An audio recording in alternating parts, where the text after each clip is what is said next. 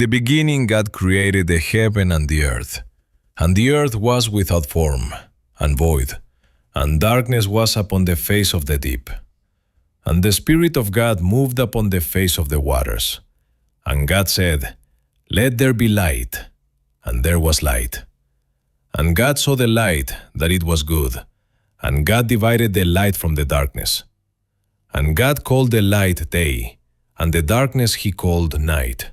And the evening and the morning were the first day. And God said, "Let there be a firmament in the midst of the waters, and let it divide the waters from the waters." And God made the firmament, and divided the waters which were under the firmament from the waters which were above the firmament. And it was so. And God called the firmament heaven.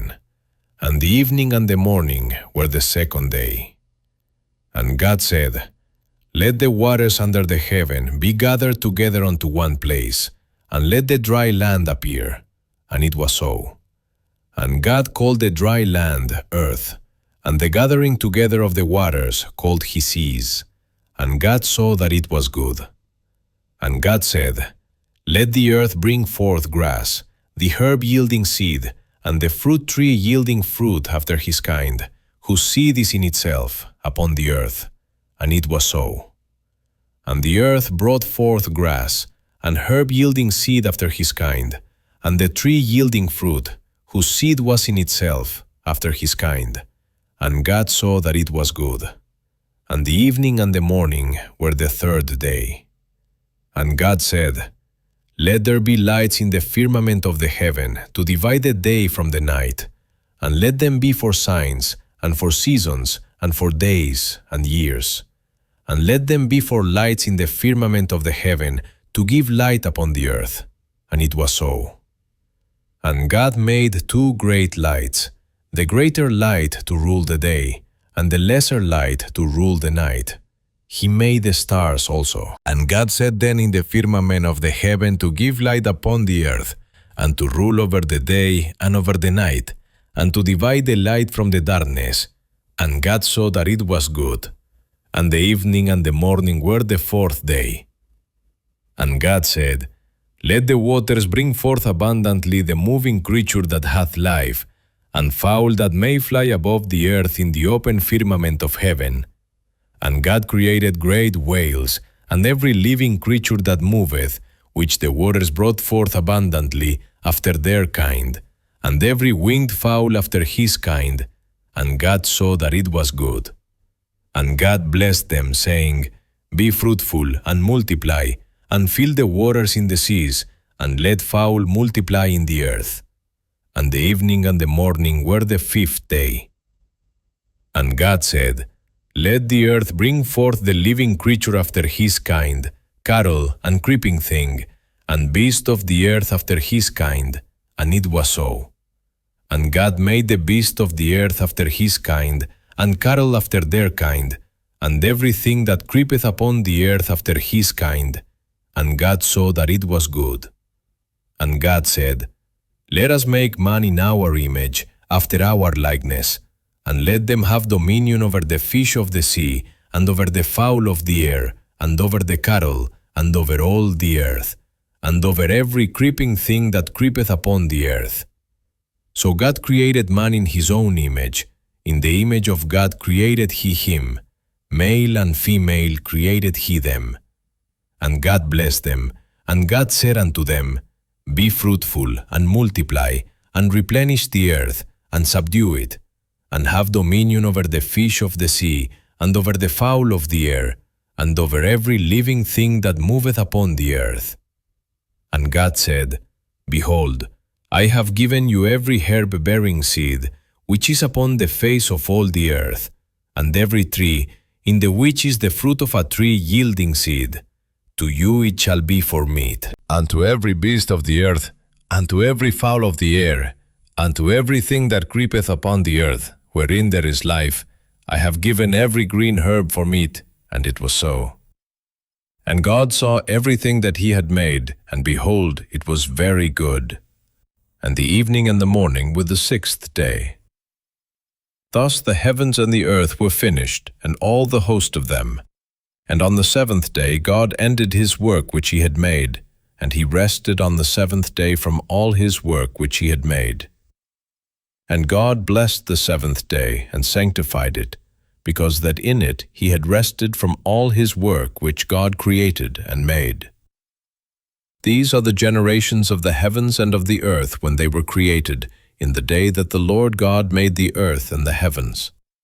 And every plant of the field before it was in the earth, and every herb of the field before it grew.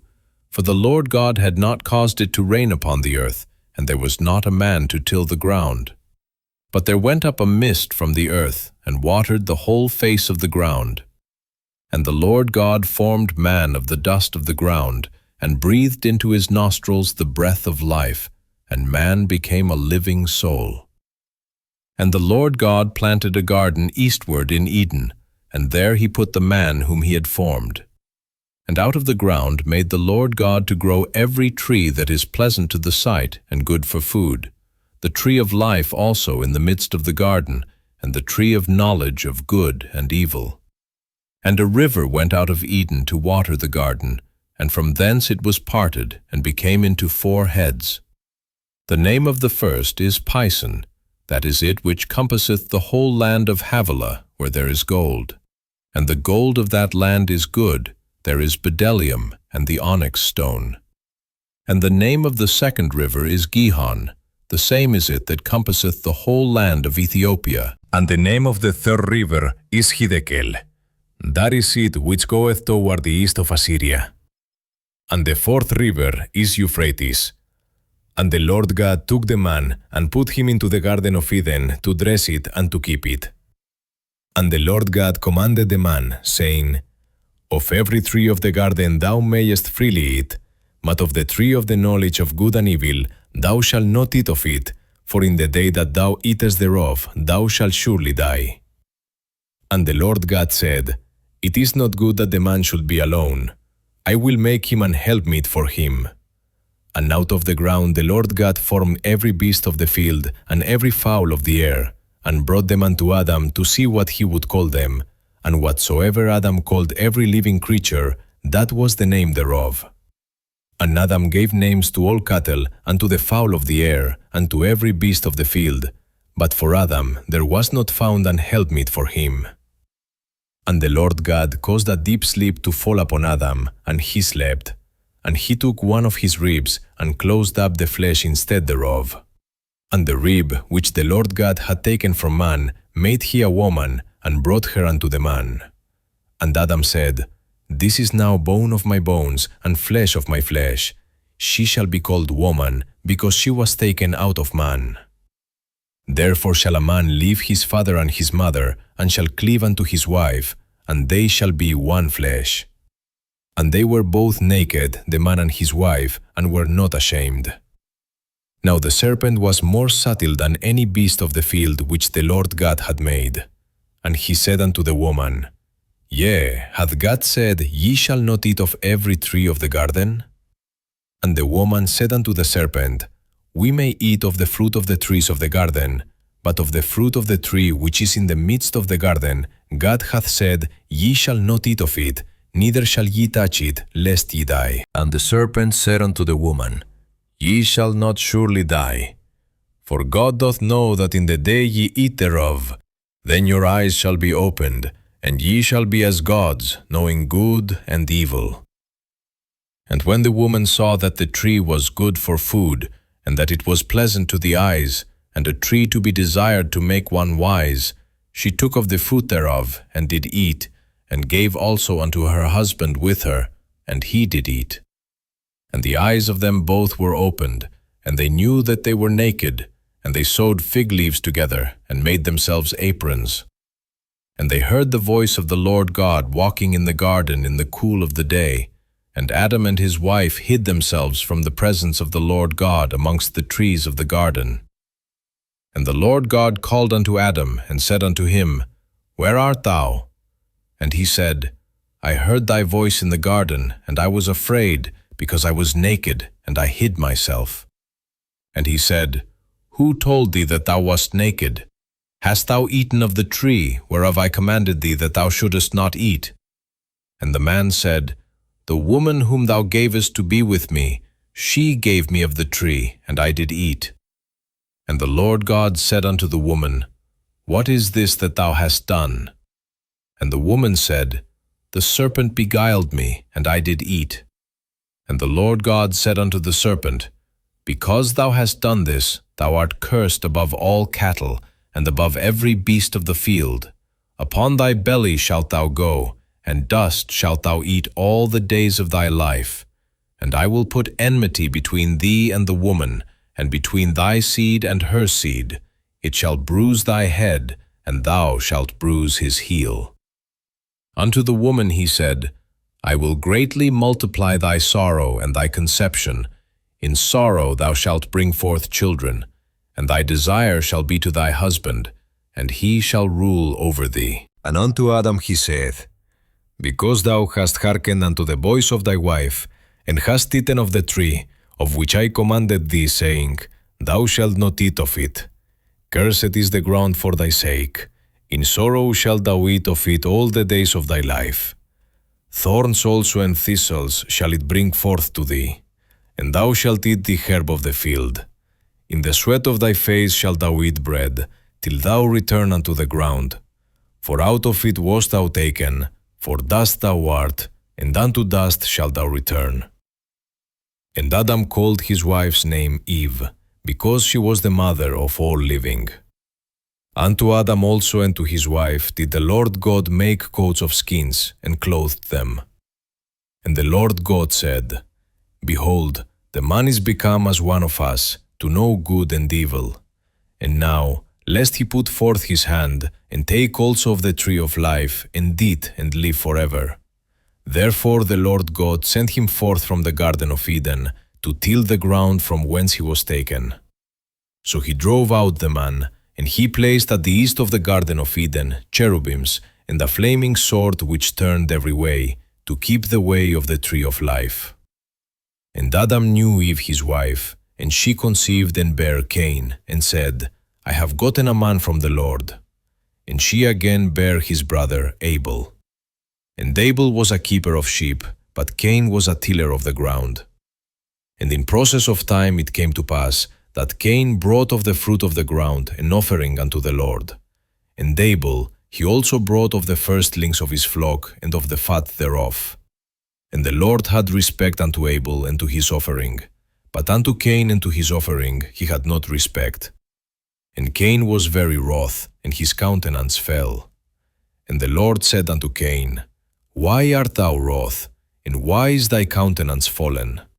If thou doest well, shalt thou not be accepted? And if thou doest not well, sin lieth at the door. And unto thee shall be his desire, and thou shalt rule over him. And Cain talked with Abel his brother. And it came to pass, when they were in the field, that Cain rose up against Abel his brother, and slew him. And the Lord said unto Cain, Where is Abel thy brother? And he said, I know not. Am I my brother's keeper? And he said, What hast thou done? The voice of thy brother's blood crieth unto me from the ground. And now art thou cursed from the earth, which hath opened her mouth to receive thy brother's blood from thy hand. When thou tillest the ground, it shall not henceforth yield unto thee her strength. A fugitive and a vagabond shalt thou be in the earth. And Cain said unto the Lord, My punishment is greater than I can bear. Behold, thou hast driven me out this day from the face of the earth, and from thy face shall I be hid. And I shall be a fugitive and a vagabond in the earth. And it shall come to pass that every one that findeth me shall slay me. And the Lord said unto him, Therefore whosoever slayeth Cain, vengeance shall be taken on him sevenfold. And the Lord set a mark upon Cain, lest any finding him should kill him. And Cain went out from the presence of the Lord, and dwelt in the land of Nod, on the east of Eden. And Cain knew his wife, and she conceived, and bare Enoch, and he builded a city, and called the name of the city after the name of his son, Enoch. And Adam knew his wife again, and she bare a son, and called his name Seth. For God, said she, hath appointed me another seed instead of Abel, whom Cain slew. And to Seth, to him also there was born a son, and he called his name Enos. Then began men to call upon the name of the Lord. This is the book of the generations of Adam. In the day that God created man, in the likeness of God made he him, male and female created he them, and blessed them, and called their name Adam in the day when they were created. And Adam lived 130 years, and begat a son in his own likeness, after his image, and called his name Seth. And the days of Adam, after he had begotten Seth, were 800 years, and he begat sons and daughters. And all the days that Adam lived were 930 years, and he died. And Seth lived 105 years, and begat Enos. And Seth lived after he begat Enos 807 years, and begat sons and daughters. And all the days of Seth were 912 years, and he died. And Enos lived 90 years, and begat Cainan. And Enos lived after he begat Cainan 815 years, and begat sons and daughters. And all the days of Enos were 905 years, and he died. And Cainan lived 70 years, and begat Mahalaleel. And Cainan lived after he begat Mahalaleel 840 years, and begat sons and daughters. And all the days of Cainan were 910 years, and he died. And Mahalaleel lived 65 years, and begat Jared. And Mahalaleel lived after he begat Jared 830 years, and begat sons and daughters. And all the days of Mahalaleel were 895 years, and he died. And Jared lived 162 years, and he begat Enoch. And Jared lived after he begat Enoch 800 years, and begat sons and daughters. And all the days of Jared were 962 years, and he died. And Enoch lived 65 years, and begat Methuselah. And Enoch walked with God after he begat Methuselah 300 years, and begat sons and daughters. And all the days of Enoch were 365 years. And Enoch walked with God, and he was not, for God took him. And Methuselah lived 187 years, and begat Lamech. And Methuselah lived after he begat Lamech 782 years, and begat sons and daughters. And all the days of Methuselah were 969 years, and he died. And Lamech lived 182 years, and begat a son. And he called his name Noah, saying, This same shall comfort us concerning our work and toil of our hands, because of the ground which the Lord hath cursed. And Lamech lived after he begat Noah 595 years, and begat sons and daughters. And all the days of Lamech were 777 years, and he died. And Noah was 500 years old, and Noah begat Shem, Ham, and Japheth. And it came to pass, when men began to multiply on the face of the earth, and daughters were born unto them, that the sons of God saw the daughters of men that they were fair, and they took them wives of all which they chose. And the Lord said, My spirit shall not always strive with man, for that he also is flesh, yet his days shall be 120 years. And God saw that the wickedness of man was great in the earth, and that every imagination of the thoughts of his heart was only evil continually. And it repented the Lord that he had made man on the earth, and it grieved him at his heart. And the Lord said, I will destroy man whom I have created from the face of the earth, both man and beast, and the creeping thing, and the fowls of the air. For it repenteth me that I have made them. But Noah found grace in the eyes of the Lord. These are the generations of Noah. Noah was a just man and perfect in his generations, and Noah walked with God. And Noah begat 3 sons, Shem, Ham, and Japheth. The earth also was corrupt before God, and the earth was filled with violence. And God looked upon the earth, and behold, it was corrupt, for all flesh had corrupted his way upon the earth. And God said unto Noah, The end of all flesh is come before me, for the earth is filled with violence through them, and behold, I will destroy them with the earth. Make thee an ark of gopher wood, rooms shalt thou make in the ark, and shalt pitch it within and without with pitch. And this is the fashion which thou shalt make it of. The length of the ark shall be 300 cubits, the breadth of it 50 cubits, and the height of it 30 cubits. A window shalt thou make to the ark, and in a cubit shalt thou finish it above. And the door of the ark shalt thou set in the side thereof. With lower, second, and third stories shalt thou make it. And behold, I, even I, do bring a flood of waters upon the earth, to destroy all flesh wherein is the breath of life from under heaven. And everything that is in the earth shall die. But with thee will I establish my covenant, and thou shalt come into the ark, thou and thy sons, and thy wife, and thy sons' wives with thee. And of every living thing of all flesh, 2 of every sort shalt thou bring into the ark, to keep them alive with thee. They shall be male and female.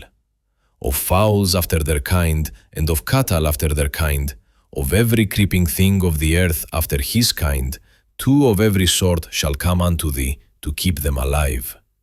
And take thou unto thee of all food that is eaten, and thou shalt gather it to thee, and it shall be for food for thee and for them. Thus did Noah, according to all that God commanded him, so did he. And the Lord said unto Noah, Come thou and all thy house into the ark, for thee have I seen righteous before me in this generation. For yet 7 days, and I will cause it to rain upon the earth 40 days and 40 nights, and every living substance that I have made will I destroy from off the face of the earth. And Noah did according unto all that the Lord commanded him. And Noah was 600 years old when the flood of waters was upon the earth. And Noah went in, and his sons, and his wife, and his sons' wives with him, into the ark, because of the waters of the flood. And it came to pass after 7 days that the waters of the flood were upon the earth. In the 600th year of Noah's life, in the 2nd month, the 17th day of the month, the same day were all the fountains of the great deep broken up, and the windows of heaven were opened. And the rain was upon the earth 40 days and 40 nights. In the selfsame day entered Noah, and Shem, and Ham, and Japheth, the sons of Noah, and Noah's wife, and the 3 wives of his sons with them, into the ark. They, and every beast after his kind, and all the cattle after their kind, and every creeping thing that creepeth upon the earth after his kind, and every fowl after his kind, every bird of every sort. And the Lord shut him in. And the flood was 40 days upon the earth, and the waters increased, and bare up the ark, and it was lift up above the earth. And the waters prevailed, and were increased greatly upon the earth, and the ark went upon the face of the waters. And the waters prevailed exceedingly upon the earth, and all the high hills that were under the whole heaven were covered. 15 cubits upward did the waters prevail, and the mountains were covered. And all flesh died that moved upon the earth, both of fowl, and of cattle, and of beast, and of every creeping thing that creepeth upon the earth, and every man. All in whose nostrils was the breath of life, of all that was in the dry land, died. And Noah only remained alive, and they that were with him in the ark. And the waters prevailed upon the earth 150 days. And God remembered Noah, and every living thing, and all the cattle that was with him in the ark. And God made a wind to pass over the earth, and the waters assuaged. The fountains also of the deep and the windows of heaven were stopped, and the rain from heaven was restrained. and the waters returned from off the earth continually. And after the end of the 150 days, the waters were abated. And the ark rested in the 7th month, on the 17th day of the month, upon the mountains of Ararat. And the waters decreased continually until the 10th month. In the 10th month, on the 1st day of the month, were the tops of the mountains seen.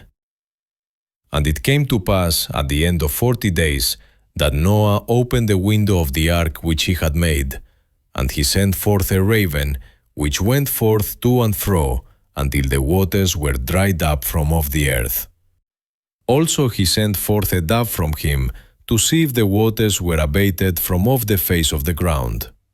But the dove found no rest for the sole of her foot, and she returned unto him into the ark, for the waters were on the face of the whole earth.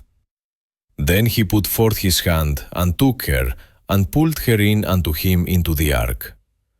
And he stayed yet other 7 days, and again he sent forth the dove out of the ark. And the dove came in to him in the evening, and lo, in her mouth was an olive leaf plucked off. So Noah knew that the waters were abated from off the earth. And he stayed yet other 7 days, and sent forth the dove, which returned not again unto him any more. And it came to pass in the 601st year, in the 1st month, the 1st day of the month, the waters were dried up from off the earth. And Noah removed the covering of the ark, and looked, and behold, the face of the ground was dry. And in the 2nd month, on the 27th day of the month, was the earth dried. And God spake unto Noah, saying, Go forth of the ark, thou, and thy wife, and thy sons wives with thee. Bring forth with thee every living thing that is with thee, of all flesh, both of fowl, and of cattle, and of every creeping thing that creepeth upon the earth, that they may breed abundantly in the earth, and be fruitful, and multiply upon the earth. And Noah went forth, and his sons, and his wife, and his sons' wives with him, every beast, every creeping thing, and every fowl, and whatsoever creepeth upon the earth after their kinds, went forth out of the ark. And Noah builded an altar unto the Lord, and took of every clean beast, and of every clean fowl, and offered burnt offerings on the altar.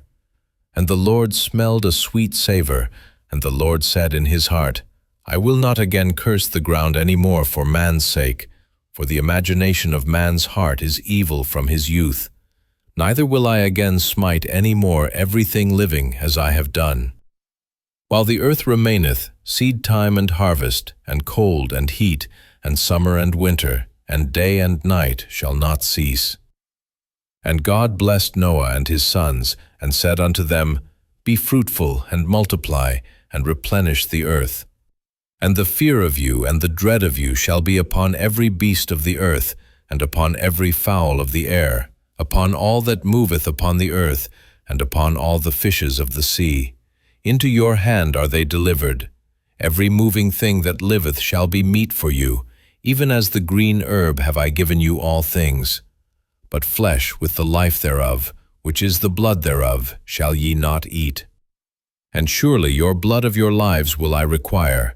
At the hand of every beast will I require it, and at the hand of man. At the hand of every man's brother will I require the life of man. Whoso sheddeth man's blood, by man shall his blood be shed, for in the image of God made he man. And you, be ye fruitful, and multiply, bring forth abundantly in the earth, and multiply therein. And God spake unto Noah, and to his sons with him, saying, And I, behold, I establish my covenant with you, and with your seed after you, and with every living creature that is with you, of the fowl, of the cattle, and of every beast of the earth with you, from all that go out of the ark, to every beast of the earth. And I will establish my covenant with you. Neither shall all flesh be cut off any more by the waters of a flood, neither shall there any more be a flood to destroy the earth. And God said, This is the token of the covenant which I make between me and you and every living creature that is with you, for perpetual generations. I do set my bow in the cloud, and it shall be for a token of a covenant between me and the earth. And it shall come to pass, when I bring a cloud over the earth, that the bow shall be seen in the cloud. And I will remember my covenant, which is between me and you and every living creature of all flesh. And the waters shall no more become a flood to destroy all flesh. And the bow shall be in the cloud, and I will look upon it, that I may remember the everlasting covenant between God and every living creature of all flesh that is upon the earth. And God said unto Noah, This is the token of the covenant which I have established between me and all flesh that is upon the earth. And the sons of Noah that went forth of the ark were Shem and Ham and Japheth, and Ham is the father of Canaan. These are the 3 sons of Noah, and of them was the whole earth overspread. And Noah began to be an husbandman, and he planted a vineyard. And he drank of the wine, and was drunken, and he was uncovered within his tent. And Ham, the father of Canaan, saw the nakedness of his father, and told his 2 brethren without. And Shem and Japheth took a garment, and laid it upon both their shoulders, and went backward, and covered the nakedness of their father. And their faces were backward, and they saw not their father's nakedness. And Noah awoke from his wine, and knew what his younger son had done unto him. And he said, Cursed be Canaan, a servant of servants shall he be unto his brethren. And he said, Blessed be the Lord God of Shem, and Canaan shall be his servant. God shall enlarge Japheth, and he shall dwell in the tents of Shem, and Canaan shall be his servant. And Noah lived after the flood 350 years, and all the days of Noah were 950 years, and he died. These are the generations of the sons of Noah, Shem, Ham, and Japheth, and unto them were sons born after the flood. The sons of Japheth, Gomer, and Magog, and Madai, and Javan, and Tubal, and Meshech, and Tiras. And the sons of Gomer, Ashkenaz, and Riphath, and Togarmah. And the sons of Javan, Elisha, and Tarshish, Kittim, and Dodanim. By these were the isles of the Gentiles divided in their lands, every one after his tongue, after their families in their nations. And the sons of Ham, Cush, and Mizraim, and Phut, and Canaan. And the sons of Cush, Seba, and Havilah, and Sabta, and Raama, and Sabteha. And the sons of Raama, Sheba, and Dedan. And Cush begat Nimrod. He began to be a mighty one in the earth. He was a mighty hunter before the Lord, wherefore it is said, even as Nimrod the mighty hunter before the Lord. And the beginning of his kingdom was Babel, and Derech, and Akkad, and Calne in the land of Shinar. Out of that land went forth Ashur, and builded Nineveh, and the city Rehoboth, and Cala. And Resen between Nineveh and Cala, the same is a great city. And Mizraim begat Ludim, and Danamim, and Lehabim, and Naphtuhim, and Pathrusim, and Casluhim, out of whom came Philistim, and Caphtorim. And Canaan begat Sidon his firstborn, and Heth, and the Jebusite, and the Amorite, and the Girgasite, and the Hivite, and the Archite, and the Sinite, and the Arvadite, and the Semarite, and the Hamathite. And afterward were the families of the Canaanites spread abroad. And the border of the Canaanites was from Sidon, as thou comest to Gerar, and to Gaza, as thou goest, unto Sodom, and Gomorrah, and Admah, and Seboim, even unto Lasha. These are the sons of Ham, after their families, after their tongues, in their countries, and in their nations. Unto Shem also, the father of all the children of Eber, the brother of Japheth the elder, even to him were children born. The sons of Shem, Elam, and Ashur, and Arphaxad, and Lud, and Aram. And the sons of Aram, Uz, and Hul, and Gether, and Mash. And Arphaxad begat Shelah, and Shelah begat Eber. And unto Eber were born 2 sons. The name of one was Peleg, for in his days was the earth divided, and his brother's name was Joktan. And Joktan begat Almodad, and Shelef, and Hazarmaveth, and Jera, and Hadoram, and Uzal, and Dikla, and Obal, and Abimael, and Sheba. and Ophir, and Havilah, and Jobab. All these were the sons of Joktan. And their dwelling was from Mesha, as thou goest unto Sephar, a mount of the east. These are the sons of Shem, after their families, after their tongues, in their lands, after their nations. These are the families of the sons of Noah, after their generations, in their nations, and by these were the nations divided in the earth after the flood. And the whole earth was of one language and of one speech. And it came to pass, as they journeyed from the east, that they found a plain in the land of Shinar, and they dwelt there. And they said one to another, Go to, let us make brick, and burn them thoroughly. And they had brick for stone, and slime had they for mortar. And they said, Go to, let us build us a city and a tower, whose top may reach unto heaven, and let us make us a name, lest we be scattered abroad upon the face of the whole earth. And the Lord came down to see the city and the tower, which the children of men builded. And the Lord said, Behold, the people is one, and they have all one language, and this they begin to do. And now nothing will be restrained from them, which they have imagined to do. Go to, let us go down, and there confound their language, that they may not understand one another's speech. So the Lord scattered them abroad from thence upon the face of all the earth, and they left off to build the city. Therefore is the name of it called Babel, because the Lord did there confound the language of all the earth, and from thence did the Lord scatter them abroad upon the face of all the earth. These are the generations of Shem. Shem was 100 years old, and begat Arphaxad 2 years after the flood. And Shem lived after he begat Arphaxad 500 years, and begat sons and daughters. And Arphaxad lived 35 years, and begat Salah. And Arphaxad lived after he begat Salah 403 years, and begat sons and daughters. And Salah lived 30 years, and begat Eber. And Salah lived after he begat Eber 403 years, and begat sons and daughters. And Eber lived 34 years, and begat Peleg. And Eber lived after he begat Peleg 430 years, and begat sons and daughters. And Peleg lived 30 years, and begat Reu. And Peleg lived after he begat Reu 209 years, and begat sons and daughters. And Reu lived 32 years, and begat Sirug. And Reu lived after he begat Sirug 207 years, and begat sons and daughters.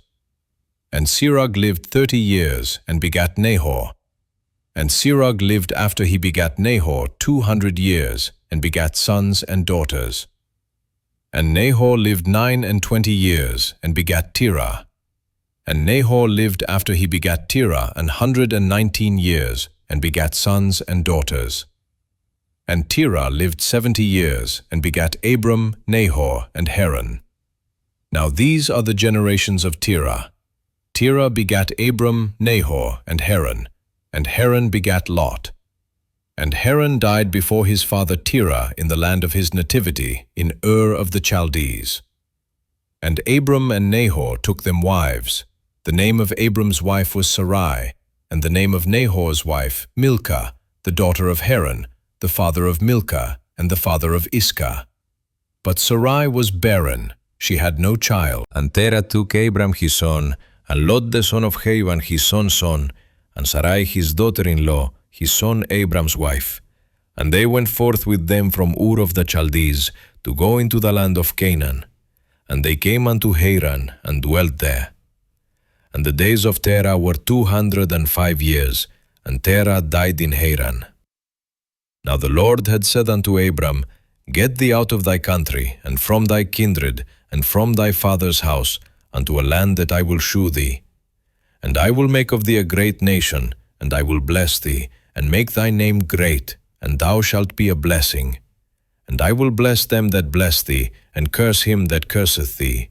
And in thee shall all families of the earth be blessed. So Abram departed, as the Lord had spoken unto him, and Lot went with him. And Abram was 75 years old when he departed out of Haran.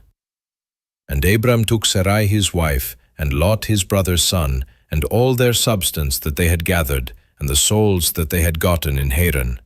And they went forth to go into the land of Canaan, and into the land of Canaan they came. And Abram passed through the land unto the place of Shechem, unto the plain of Moreh. And the Canaanite was then in the land. And the Lord appeared unto Abram, and said, Unto thy seed will I give this land. And there builded he an altar unto the Lord, who appeared unto him. And he removed from thence unto a mountain on the east of Bethel, and pitched his tent, having Bethel on the west, and Hai on the east. And there he builded an altar unto the Lord, and called upon the name of the Lord. And Abram journeyed, going on still toward the south. And there was a famine in the land, and Abram went down into Egypt to sojourn there, for the famine was grievous in the land. And it came to pass, when he was come near to enter into Egypt, that he said unto Sarai his wife, Behold now, I know that thou art a fair woman to look upon. Therefore it shall come to pass, when the Egyptians shall see thee, that they shall say, This is his wife, and they will kill me, but they will save thee alive. Say, I pray thee, thou art my sister, that it may be well with me for thy sake, and my soul shall live because of thee. And it came to pass that, when Abram was come into Egypt, the Egyptians beheld the woman that she was very fair. The princes also of Pharaoh saw her, and commended her before Pharaoh, and the woman was taken into Pharaoh's house. And he entreated Abram well for her sake, and he had sheep and oxen, and he asses, and men servants and maidservants, and she asses and camels. And the Lord plagued Pharaoh and his house with great plagues because of Sarai, Abram's wife.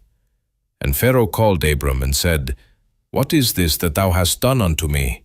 Why didst thou not tell me that she was thy wife? Why saidst thou, She is my sister, so I might have taken her to me to wife? Now therefore behold thy wife, take her, and go thy way. And Pharaoh commanded his men concerning him, and they sent him away, and his wife, and all that he had. And Abram went up out of Egypt, he and his wife, and all that he had, and Lot with him, into the south. And Abram was very rich in cattle, in silver, and in gold. And he went on his journeys from the south even to Bethel, unto the place where his tent had been at the beginning, between Bethel and Hai, where he had made an altar at the first, and there Abram called on the name of the Lord. And Lot also, which went with Abram, had flocks and herds and tents. And the land was not able to bear them, that they might dwell together, for their substance was great, so that they could not dwell together. And there was a strife between the herdmen of Abram's cattle and the herdmen of Lot's cattle. And the Canaanite and the Perizzite dwelled then in the land. And Abram said unto Lot, Let there be no strife, I pray thee, between me and thee, and between my herdmen and thy herdmen, for we be brethren. Is not the whole land before thee? Separate thyself, I pray thee, from me. If thou wilt take the left hand, then I will go to the right. Or if thou depart to the right hand, then I will go to the left. And Lot lifted up his eyes, and beheld all the plain of Jordan, that it was well watered everywhere, before the Lord destroyed Sodom and Gomorrah, even as the garden of the Lord, like the land of Egypt, as thou comest unto Zoar.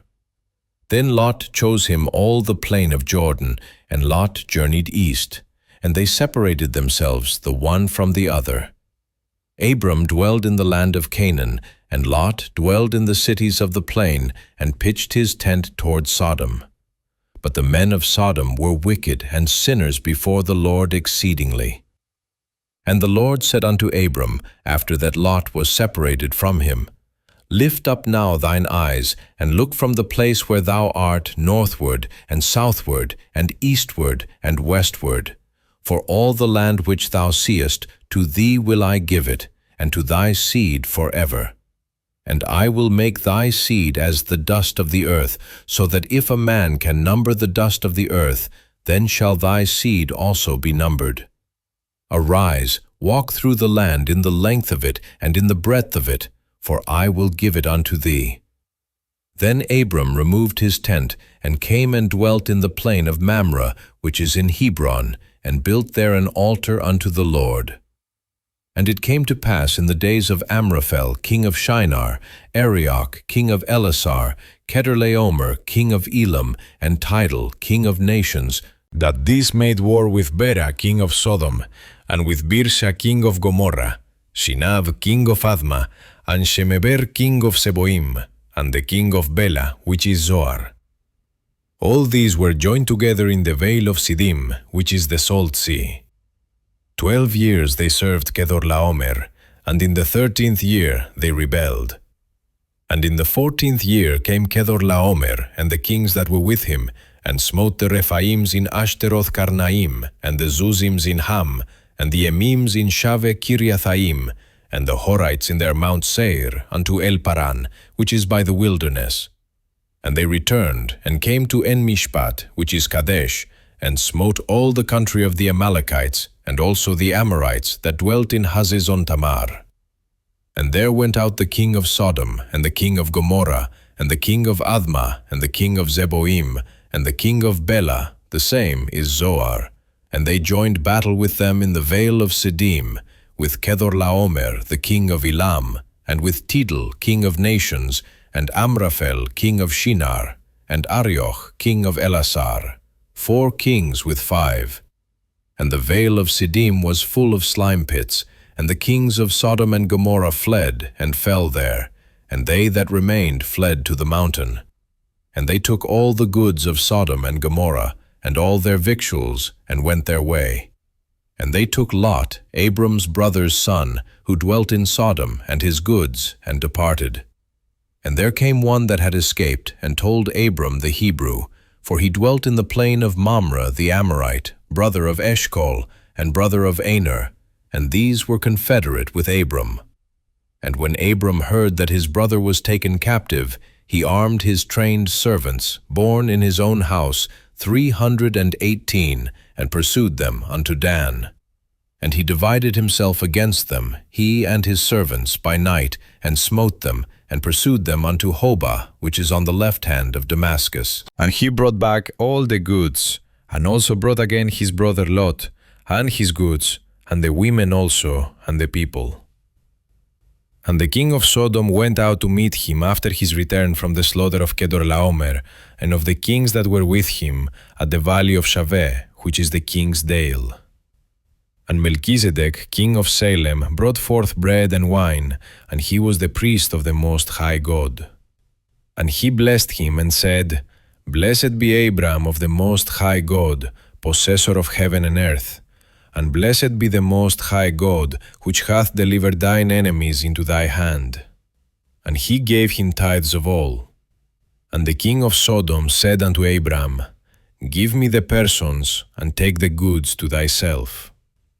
And Abram said to the king of Sodom, I have lifted up mine hand unto the Lord, the Most High God, the possessor of heaven and earth, that I will not take from a thread even to a shoe latchet, and that I will not take anything that is thine, lest thou shouldest say, I have made Abram rich. Save only that which the young men have eaten, and the portion of the men which went with me, Aner, Eshcol, and Mamre, let them take their portion. After these things the word of the Lord came unto Abram in a vision, saying, Fear not, Abram, I am thy shield, and thy exceeding great reward. And Abram said, Lord God, what wilt thou give me, seeing I go childless, and the steward of my house is this Eliezer of Damascus? And Abram said, Behold, to me thou hast given no seed, and lo, one born in my house is mine heir. And behold, the word of the Lord came unto him, saying, This shall not be thine heir, but he that shall come forth out of thine own bowels shall be thine heir. And he brought him forth abroad, and said, Look now toward heaven, and tell the stars, if thou be able to number them. And he said unto him, So shall thy seed be. And he believed in the Lord, and he counted it to him for righteousness. And he said unto him, I am the Lord, that brought thee out of Ur of the Chaldees, to give thee this land to inherit it. And he said, Lord God, whereby shall I know that I shall inherit it? And he said unto him, Take me an heifer of 3 years old, and a she-goat of 3 years old, and a ram of 3 years old, and a turtle dove, and a young pigeon. And he took unto him all these, and divided them in the midst, and laid each piece one against another, but the birds divided he not. And when the fowls came down upon the carcasses, Abram drove them away. And when the sun was going down, a deep sleep fell upon Abram, and lo, an horror of great darkness fell upon him. And he said unto Abram, Know of a surety that thy seed shall be a stranger in a land that is not theirs, and shall serve them, and they shall afflict them 400 years. And also that nation whom they shall serve will I judge, and afterward shall they come out with great substance. And thou shalt go to thy fathers in peace, thou shalt be buried in a good old age. But in the 4th generation they shall come hither again, for the iniquity of the Amorites is not yet full. And it came to pass that when the sun went down and it was dark, behold, a smoking furnace and a burning lamp that passed between those pieces. In the same day the Lord made a covenant with Abram, saying, Unto thy seed have I given this land, from the river of Egypt unto the great river, the river Euphrates. The Kenites and the Kenizzites and the Kadmonites and the Hittites and the Perizzites and the Rephaims, and the Amorites and the Canaanites and the Girgashites and the Jebusites. Now Sarai, Abram's wife, bare him no children, and she had an handmaid, an Egyptian, whose name was Hagar. And Sarai said unto Abram, Behold now, the Lord hath restrained me from bearing. I pray thee, go in unto my maid. It may be that I may obtain children by her. And Abram hearkened to the voice of Sarai. And Sarai, Abram's wife, took Hagar her maid the Egyptian, after Abram had dwelt 10 years in the land of Canaan, and gave her to her husband Abram to be his wife. And he went in unto Hagar, and she conceived.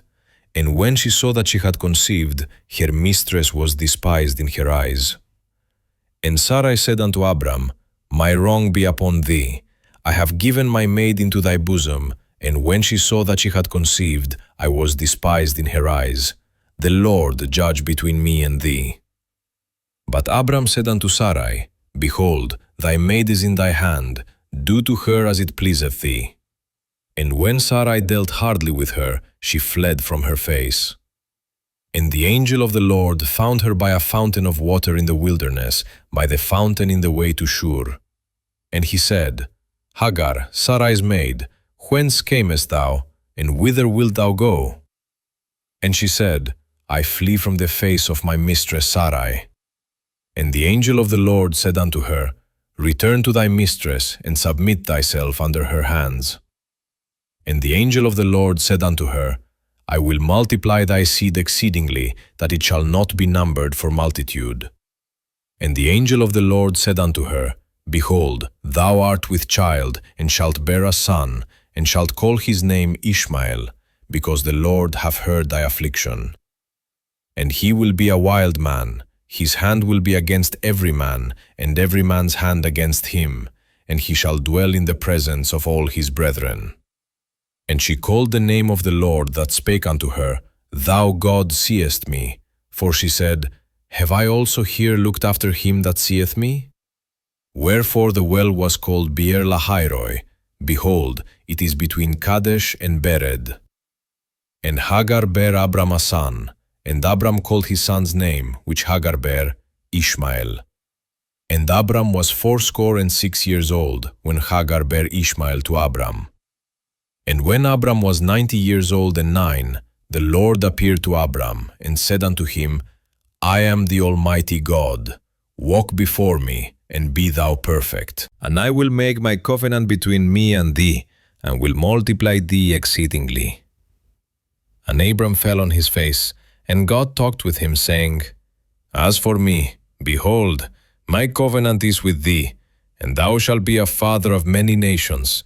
Neither shall thy name any more be called Abram, but thy name shall be Abraham, for a father of many nations have I made thee. And I will make thee exceeding fruitful, and I will make nations of thee, and kings shall come out of thee. And I will establish my covenant between me and thee, and thy seed after thee, in their generations for an everlasting covenant, to be a God unto thee, and to thy seed after thee. And I will give unto thee, and to thy seed after thee, the land wherein thou art a stranger, all the land of Canaan, for an everlasting possession, and I will be their God. And God said unto Abraham, Thou shalt keep my covenant therefore, thou and thy seed after thee in their generations. This is my covenant, which ye shall keep, between me and you and thy seed after thee. Every man-child among you shall be circumcised. And ye shall circumcise the flesh of your foreskin, and it shall be a token of the covenant betwixt me and you. And he that is 8 days old shall be circumcised among you, every man-child in your generations, he that is born in the house, or bought with money of any stranger, which is not of thy seed. He that is born in thy house, and he that is bought with thy money, must needs be circumcised, and my covenant shall be in your flesh for an everlasting covenant. And the uncircumcised man-child, whose flesh of his foreskin is not circumcised, that soul shall be cut off from his people. He hath broken my covenant.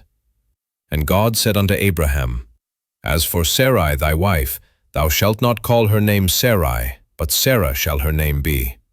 And I will bless her, and give thee a son also of her. Yea, I will bless her, and she shall be a mother of nations, kings of people shall be of her. Then Abraham fell upon his face, and laughed, and said in his heart, Shall a child be born unto him that is 100 years old? And shall Sarah, that is 90 years old, bear? And Abraham said unto God, O that Ishmael might live before thee. And God said, Sarah thy wife shall bear thee a son indeed, and thou shalt call his name Isaac. And I will establish my covenant with him for an everlasting covenant, and with his seed after him. And as for Ishmael, I have heard thee. Behold, I have blessed him, and will make him fruitful, and will multiply him exceedingly. 12 princes shall he beget, and I will make him a great nation. But my covenant will I establish with Isaac, which Sarah shall bear unto thee at this set time in the next year. And he left off talking with him, and God went up from Abraham.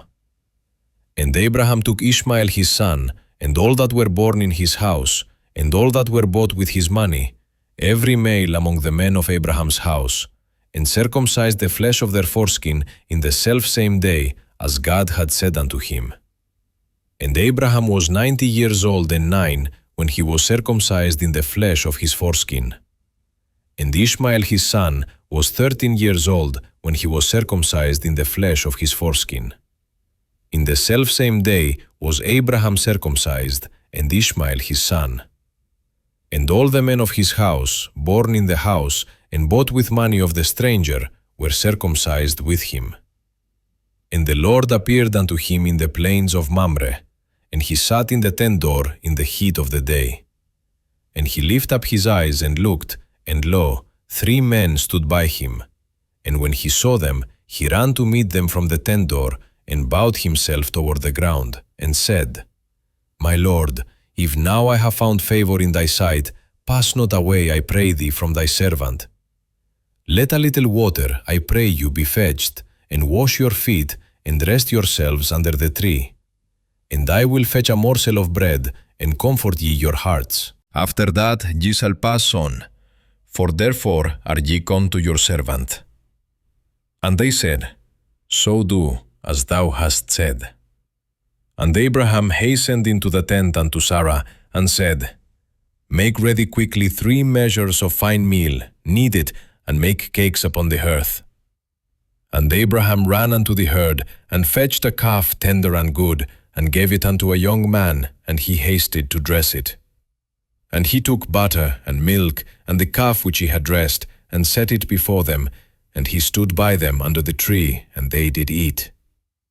And they said unto him, Where is Sarah thy wife? And he said, Behold, in the tent. And he said, I will certainly return unto thee according to the time of life, and lo, Sarah thy wife shall have a son. And Sarah heard it in the tent door, which was behind him. Now Abraham and Sarah were old and well stricken in age, and it ceased to be with Sarah after the manner of women. Therefore Sarah laughed within herself, saying, After I am waxed old, shall I have pleasure, my Lord being old also? And the Lord said unto Abraham, Wherefore did Sarah laugh, saying, Shall I of a surety bear a child, which am old? Is anything too hard for the Lord? At the time appointed I will return unto thee, according to the time of life, and Sarah shall have a son. Then Sarah denied, saying, I laughed not, for she was afraid. And he said, Nay, but thou didst laugh. And the men rose up from thence, and looked toward Sodom, and Abraham went with them to bring them on the way. And the Lord said, Shall I hide from Abraham that thing which I do, seeing that Abraham shall surely become a great and mighty nation, and all the nations of the earth shall be blessed in him? For I know him, that he will command his children and his household after him, and they shall keep the way of the Lord, to do justice and judgment, that the Lord may bring upon Abraham that which he hath spoken of him. And the Lord said, Because the cry of Sodom and Gomorrah is great, and because their sin is very grievous, I will go down now, and see whether they have done altogether according to the cry of it, which is come unto me, and if not, I will know. And the men turned their faces from thence, and went toward Sodom, but Abraham stood yet before the Lord. And Abraham drew near, and said, Wilt thou also destroy the righteous with the wicked? Peradventure there be 50 righteous within the city. Wilt thou also destroy and not spare the place for the 50 righteous that are therein? That be far from thee to do after this manner, to slay the righteous with the wicked, and that the righteous should be as the wicked, that be far from thee. Shall not the judge of all the earth do right? And the Lord said, If I find in Sodom 50 righteous within the city, then I will spare all the place for their sakes. And Abraham answered and said, Behold now, I have taken upon me to speak unto the Lord, which am but dust and ashes. Peradventure there shall lack 5 of the 50 righteous. Wilt thou destroy all the city for lack of 5? And he said, If I find there 40 and 5, I will not destroy it. And he spake unto him yet again, and said, Peradventure there shall be 40 found there. And he said, I will not do it for 40's sake. And he said unto him, Oh, let not the Lord be angry, and I will speak. Peradventure there shall 30 be found there. And he said, I will not do it if I find 30 there. And he said, Behold now, I have taken upon me to speak unto the Lord. Peradventure there shall be 20 found there. And he said, I will not destroy it for 20's sake. And he said, Oh, let not the Lord be angry, and I will speak yet but this once. Peradventure 10 shall be found there. And he said, I will not destroy it for 10's sake. And the Lord went his way, as soon as he had left communing with Abraham. And Abraham returned unto his place. And there came 2 angels to Sodom at even, and Lot sat in the gate of Sodom. And Lot, seeing them, rose up to meet them, and he bowed himself with his face toward the ground. And he said, Behold now, my lords, turn in, I pray you, into your servant's house, and tarry all night, and wash your feet, and ye shall rise up early, and go on your ways. And they said, Nay, but we will abide in the street all night. And he pressed upon them greatly, and they turned in unto him, and entered into his house. And he made them a feast, and did bake unleavened bread, and they did eat. But before they lay down, the men of the city, even the men of Sodom, compassed the house round, both old and young, all the people from every quarter. And they called unto Lot, and said unto him, Where are the men which came into thee this night? Bring them out unto us, that we may know them. And Lot went out at the door unto them, and shut the door after him, and said, I pray you, brethren, do not so wickedly. Behold now, I have 2 daughters which have not known man. Let me, I pray you, bring them out unto you, and do ye to them as is good in your eyes. Only unto these men do nothing, for therefore came they under the shadow of my roof. And they said, Stand back. And they said again, This one fellow came in to sojourn, and he will needs be a judge. Now will we deal worse with thee than with them. And they pressed sore upon the man, even Lot, and came near to break the door. But the men put forth their hand, and pulled Lot into the house to them, and shut to the door. And they smote the men that were at the door of the house with blindness, both small and great, so that they wearied themselves to find the door. And the men said unto Lot, Hast thou here any besides, son-in-law, and thy sons, and thy daughters, and whatsoever thou hast in the city, bring them out of this place, for we will destroy this place, because the cry of them is waxen great before the face of the Lord. And the Lord hath sent us to destroy it. And Lot went out, and spake unto his sons-in-law, which married his daughters, and said, Up, get you out of this place, for the Lord will destroy this city. But he seemed as one that mocked unto his sons-in-law. And when the morning arose, then the angels hastened Lot, saying, Arise, take thy wife and thy 2 daughters which are here, lest thou be consumed in the iniquity of the city. And while he lingered, the men laid hold upon his hand, and upon the hand of his wife, and upon the hand of his 2 daughters, the Lord being merciful unto him. And they brought him forth, and set him without the city. And it came to pass, when they had brought them forth abroad, that he said, Escape for thy life. Look not behind thee, neither stay thou in all the plain. Escape to the mountain, lest thou be consumed. And Lot said unto them, Oh, not so, my lord. Behold now, thy servant hath found grace in thy sight, and thou hast magnified thy mercy, which thou hast shewed unto me in saving my life. And I cannot escape to the mountain, lest some evil take me, and I die. Behold now, this city is near to flee unto, and it is a little one. Oh, let me escape thither. Is it not a little one? And my soul shall live. And he said unto him, See, I have accepted thee concerning this thing also, that I will not overthrow this city for the which thou hast spoken. Haste thee, escape thither, for I cannot do anything till thou become thither. Therefore the name of the city was called Zoar. The sun was risen upon the earth when Lot entered into Zoar. Then the Lord rained upon Sodom and upon Gomorrah brimstone and fire from the Lord out of heaven. And he overthrew those cities, and all the plain, and all the inhabitants of the cities, and that which grew upon the ground. But his wife looked back from behind him, and she became a pillar of salt. And Abraham got up early in the morning to the place where he stood before the Lord. And he looked toward Sodom and Gomorrah, and toward all the land of the plain, and beheld, and lo, the smoke of the country went up as the smoke of a furnace. And it came to pass, when God destroyed the cities of the plain, that God remembered Abraham, and sent Lot out of the midst of the overthrow, when he overthrew the cities in the which Lot dwelt. And Lot went up out of Zoar, and dwelt in the mountain, and his 2 daughters with him, for he feared to dwell in Zoar. And he dwelt in a cave, he and his 2 daughters. And the firstborn said unto the younger, Our father is old, and there is not a man in the earth to come in unto us after the manner of all the earth. Come, let us make our father drink wine, and we will lie with him, that we may preserve seed of our father. And they made their father drink wine that night, and the firstborn went in and lay with her father. And he perceived not when she lay down, nor when she arose.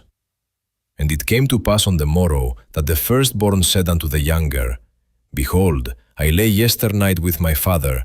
Let us make him drink wine this night also, and go thou in and lie with him, that we may preserve seed of our father. And they made their father drink wine that night also, and the younger arose and lay with him, and he perceived not when she lay down, nor when she arose. Thus were both the daughters of Lot with child by their father. And the firstborn bare a son, and called his name Moab. The same is the father of the Moabites unto this day. And the younger, she also bare a son, and called his name Benami. The same is the father of the children of Ammon unto this day. And Abraham journeyed from thence toward the south country, and dwelt between Kadesh and Shur, and sojourned in Gerar. And Abraham said of Sarah his wife, She is my sister. And Abimelech king of Gerar sent, and took Sarah. But God came to Abimelech in a dream by night, and said to him, Behold, thou art but a dead man, for the woman which thou hast taken, for she is a man's wife. Now Abimelech had not come near her, and he said, Lord, wilt thou slay also a righteous nation? Said he not unto me, She is my sister? And she, even she herself, said, He is my brother. In the integrity of my heart and innocency of my hands have I done this. And God said unto him in a dream, Yea, I know that thou didst this in the integrity of thy heart, for I also withheld thee from sinning against me. Therefore suffered I thee not to touch her. Now therefore restore the man his wife, for he is a prophet, and he shall pray for thee, and thou shalt live. And if thou restore her not, know thou that thou shalt surely die, thou and all that are thine. Therefore Abimelech rose early in the morning, and called all his servants, and told all these things in their ears, and the men were sore afraid. Then Abimelech called Abraham, and said unto him, What hast thou done unto us? And what have I offended thee, that thou hast brought on me and on my kingdom a great sin? Thou hast done deeds unto me that ought not to be done. And Abimelech said unto Abraham, What sawest thou, that thou hast done this thing? And Abraham said, Because I thought, Surely the fear of God is not in this place, and they will slay me for my wife's sake.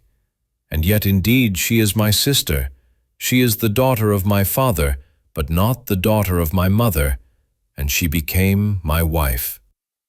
And it came to pass, when God caused me to wander from my father's house, that I said unto her, This is thy kindness which thou shalt shew unto me.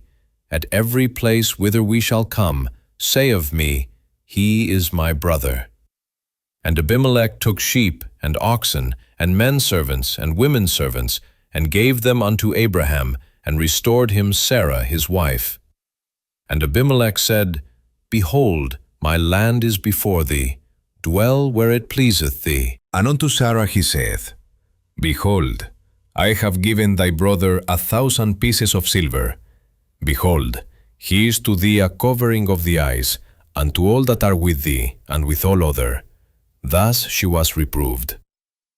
So Abraham prayed unto God, and God healed Abimelech and his wife and his maidservants, and they bare children. For the Lord had fast closed up all the wombs of the house of Abimelech because of Sarah, Abraham's wife. And the Lord visited Sarah as he had said, and the Lord did unto Sarah as he had spoken. For Sarah conceived, and bare Abraham a son in his old age, at the set time of which God had spoken to him. And Abraham called the name of his son that was born unto him, whom Sarah bare to him, Isaac. And Abraham circumcised his son Isaac, being 8 days old, as God had commanded him. And Abraham was 100 years old, when his son Isaac was born unto him. And Sarah said, God hath made me to laugh, so that all that hear will laugh with me. And she said, Who would have said unto Abraham, that Sarah should have given children suck? For I have borne him a son in his old age. And the child grew, and was weaned, and Abraham made a great feast the same day that Isaac was weaned. And Sarah saw the son of Hagar the Egyptian, which she had borne unto Abraham, mocking. Wherefore she said unto Abraham, Cast out this bondwoman and her son, for the son of this bondwoman shall not be heir with my son, even with Isaac. And the thing was very grievous in Abraham's sight because of his son. And God said unto Abraham, Let it not be grievous in thy sight because of the lad, and because of thy bondwoman. In all that Sarah hath said unto thee, hearken unto her voice, for in Isaac shall thy seed be called. And also of the son of the bondwoman will I make a nation, because he is thy seed. And Abraham rose up early in the morning, and took bread and a bottle of water, and gave it unto Hagar, putting it on her shoulder, and gave her the child, and sent her away. And she departed, and wandered in the wilderness of Beersheba. And the water was spent in the bottle, and she cast the child under one of the shrubs. And she went, and sat her down over against him a good way off, as it were a bowshot, for she said, Let me not see the death of the child. And she sat over against him, and lifted up her voice, and wept. And God heard the voice of the lad, and the angel of God called to Hagar out of heaven, and said unto her, What aileth thee, Hagar? Fear not, for God hath heard the voice of the lad where he is. Arise, lift up the lad, and hold him in thine hand, for I will make him a great nation. And God opened her eyes, and she saw a well of water, and she went, and filled the bottle with water, and gave the lad drink. And God was with the lad, and he grew, and dwelt in the wilderness, and became an archer. And he dwelt in the wilderness of Paran, and his mother took him a wife out of the land of Egypt. And it came to pass at that time, that Abimelech and Phicol, the chief captain of his host, spake unto Abraham, saying, God is with thee in all that thou doest. Now therefore swear unto me here by God, that thou wilt not deal falsely with me, nor with my son, nor with my son's son. But according to the kindness that I have done unto thee, thou shalt do unto me, and to the land wherein thou hast sojourned. And Abraham said, I will swear. And Abraham reproved Abimelech because of a well of water, which Abimelech's servants had violently taken away. And Abimelech said, I wot not who hath done this thing, neither didst thou tell me, neither yet heard I of it, but today. And Abraham took sheep and oxen, and gave them unto Abimelech, and both of them made a covenant. And Abraham set 7 ewe lambs of the flock by themselves. And Abimelech said unto Abraham, What mean these 7 ewe lambs which thou hast set by themselves? And he said, For these 7 ewe lambs shalt thou take of my hand, that they may be a witness unto me that I have digged this well. Wherefore he called that place Beersheba, because there they sware both of them. Thus they made a covenant at Beersheba. Then Abimelech rose up, and Phicol the chief captain of his host, and they returned into the land of the Philistines. And Abraham planted a grove in Beersheba, and called there on the name of the Lord, the everlasting God. And Abraham sojourned in the Philistines' land many days. And it came to pass after these things, that God did tempt Abraham, and said unto him, Abraham. And he said, Behold, here I am. And he said, Take now thy son, thine only son Isaac, whom thou lovest, and get thee into the land of Moriah, and offer him there for a burnt offering upon one of the mountains which I will tell thee of. And Abraham rose up early in the morning, and saddled his ass, and took 2 of his young men with him, and Isaac his son, and clave the wood for the burnt offering, and rose up, and went unto the place of which God had told him. Then on the 3rd day Abraham lifted up his eyes, and saw the place afar off. And Abraham said unto his young men, Abide ye here with the ass, and I and the lad will go yonder and worship, and come again to you.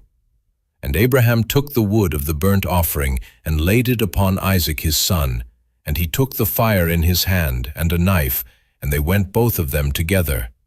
And Isaac spake unto Abraham his father, and said, My father. And he said, Here am I, my son. And he said, Behold the fire and the wood, but where is the lamb for a burnt offering? And Abraham said, My son, God will provide himself a lamb for a burnt offering. So they went both of them together. And they came to the place which God had told him of. And Abraham built an altar there, and laid the wood in order, and bound Isaac his son, and laid him on the altar upon the wood. And Abraham stretched forth his hand, and took the knife to slay his son. And the angel of the Lord called unto him out of heaven, and said, Abraham, Abraham. And he said, Here am I. And he said, Lay not thine hand upon the lad, neither do thou anything unto him. For now I know that thou fearest God, seeing thou hast not withheld thy son, thine only son, from me. And Abraham lifted up his eyes, and looked, and behold, behind him a ram caught in a thicket by his horns. And Abraham went and took the ram, and offered him up for a burnt offering in the stead of his son. And Abraham called the name of that place Jehovah-Jireh, as it is said to this day, In the mount of the Lord it shall be seen. And the angel of the Lord called unto Abraham out of heaven the second time, and said, By myself have I sworn, saith the Lord, for because thou hast done this thing, and hast not withheld thy son, thine only son, that in blessing I will bless thee, and in multiplying I will multiply thy seed as the stars of the heaven, and as the sand which is upon the seashore. And thy seed shall possess the gate of his enemies. And in thy seed shall all the nations of the earth be blessed, because thou hast obeyed my voice. So Abraham returned unto his young men, and they rose up and went together to Beersheba, and Abraham dwelt at Beersheba. And it came to pass after these things, that it was told Abraham, saying, Behold, Milcah, she hath also borne children unto thy brother Nahor, Huz his firstborn, and Buz his brother, and Kemuel the father of Aram, and Hesed, and Hazo, and Pildash, and Jidlaph, and Bethuel. And Bethuel begat Rebekah. These 8 Milcah did bear to Nahor, Abraham's brother. And his concubine, whose name was Rumah, she bare also Tiba, and Gaham, and Thachash, and Maachah. Then again Abraham took a wife, and her name was Keturah. And she bare him Simran, and Jokshan, and Medan, and Midian, and Ishbak, and Shua. And Jokshan begat Sheba and Dedan. And the sons of Dedan were Ashurim, and Letushim, and Leumim. And the sons of Midian, Ephah, and Epher, and Hanoch, and Abida, and Eldah. All these were the children of Keturah. And Abraham gave all that he had unto Isaac. But unto the sons of the concubines which Abraham had, Abraham gave gifts, and sent them away from Isaac his son, while he yet lived, eastward unto the east country. And these are the days of the years of Abraham's life which he lived, 160 years. Then Abraham gave up the ghost, and died in a good old age, an old man and full of years, and was gathered to his people. And his sons, Isaac and Ishmael, buried him in the cave of Machpelah, in the field of Ephron the son of Zohar the Hittite, which is before Mamre, the field which Abraham purchased of the sons of Heth. There was Abraham buried, and Sarah his wife. And it came to pass after the death of Abraham, that God blessed his son Isaac, and Isaac dwelt by the well Lahairoi. Now these are the generations of Ishmael, Abraham's son, whom Hagar the Egyptian, Sarah's handmaid, bare unto Abraham. And these are the names of the sons of Ishmael, by their names, according to their generations. The firstborn of Ishmael, Nebajoth, then Kedar, and Adbeel, and Mibsam, and Mishma, and Duma, and Massa, Hadar, and Tema, Jetur, Naphish, and Kedema. These are the sons of Ishmael, and these are their names, by their towns and by their castles, 12 princes according to their nations. And these are the years of the life of Ishmael, 137 years. And he gave up the ghost, and died, and was gathered unto his people. And they dwelt from Havilah unto Shur, that is, before Egypt, as thou goest toward Assyria. And he died in the presence of all his brethren. And these are the generations of Isaac, Abraham's son. Abraham begat Isaac. And Isaac was 40 years old when he took Rebekah to wife, the daughter of Bethuel the Syrian of Paddan Aram, the sister to Laban the Syrian. And Isaac entreated the Lord for his wife, because she was barren. And the Lord was entreated of him, and Rebekah his wife conceived. And the children struggled together within her, and she said, If it be so, why am I thus? And she went to inquire of the Lord. And the Lord said unto her, 2 nations are in thy womb, and 2 manner of people shall be separated from thy bowels. And the one people shall be stronger than the other people, and the elder shall serve the younger. And when her days to be delivered were fulfilled, behold, there were twins in her womb. And the first came out red, all over like an hairy garment, and they called his name Esau. And after that came his brother out, and his hand took hold on Esau's heel, and his name was called Jacob.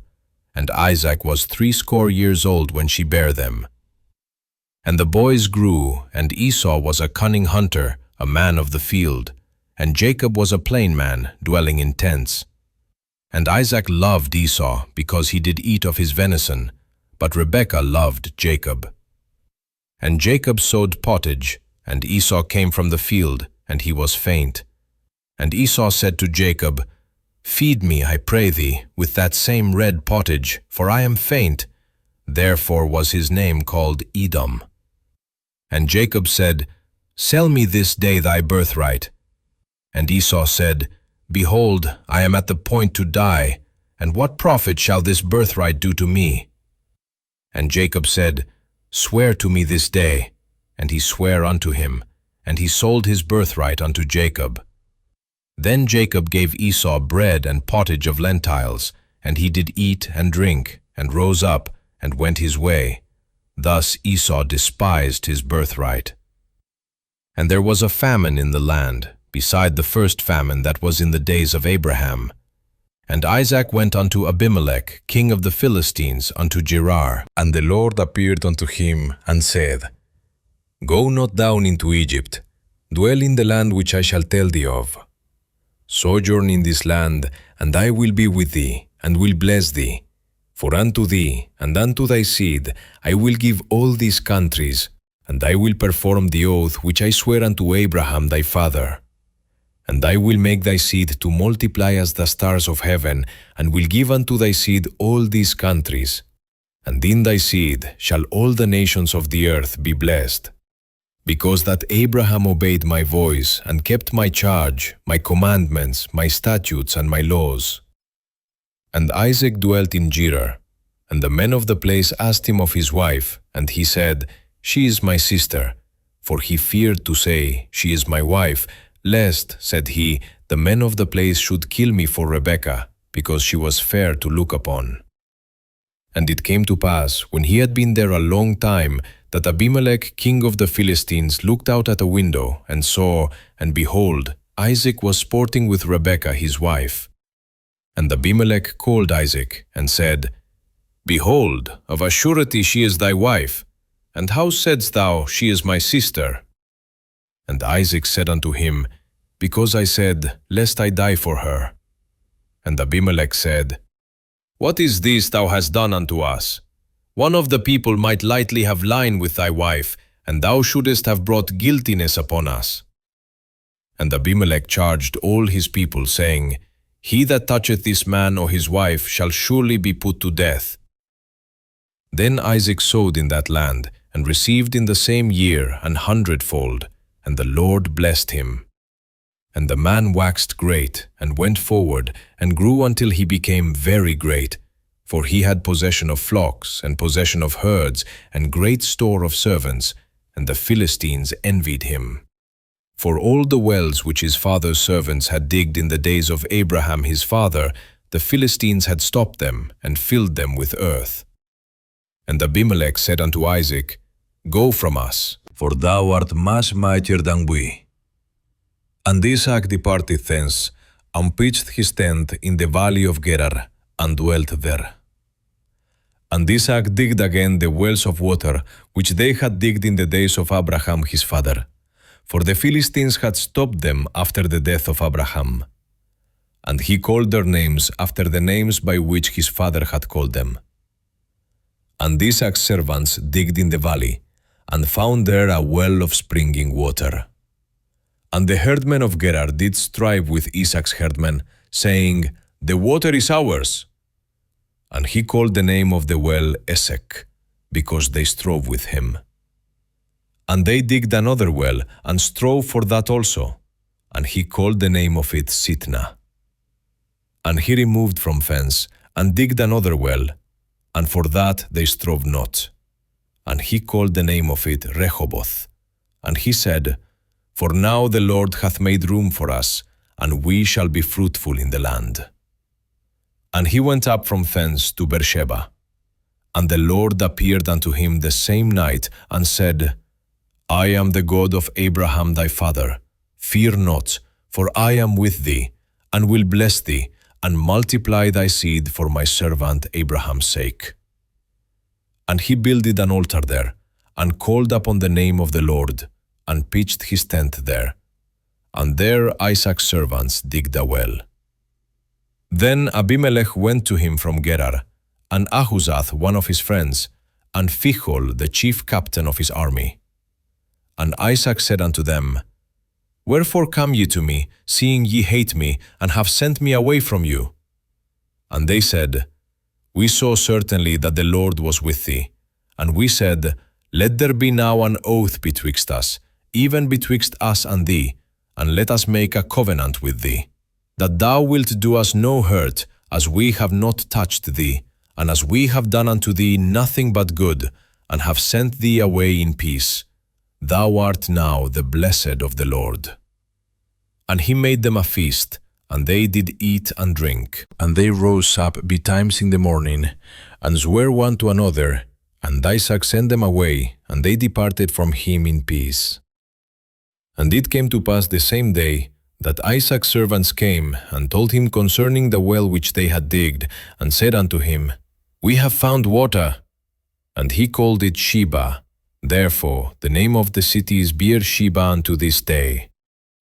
And Esau was 40 years old when he took to wife Judith, the daughter of Beeri the Hittite, and Bashemath, the daughter of Elon the Hittite, which were a grief of mind unto Isaac and to Rebekah. And it came to pass that when Isaac was old, and his eyes were dim, so that he could not see, he called Esau his eldest son, and said unto him, My son. And he said unto him, Behold, here am I. And he said, Behold now, I am old, I know not the day of my death.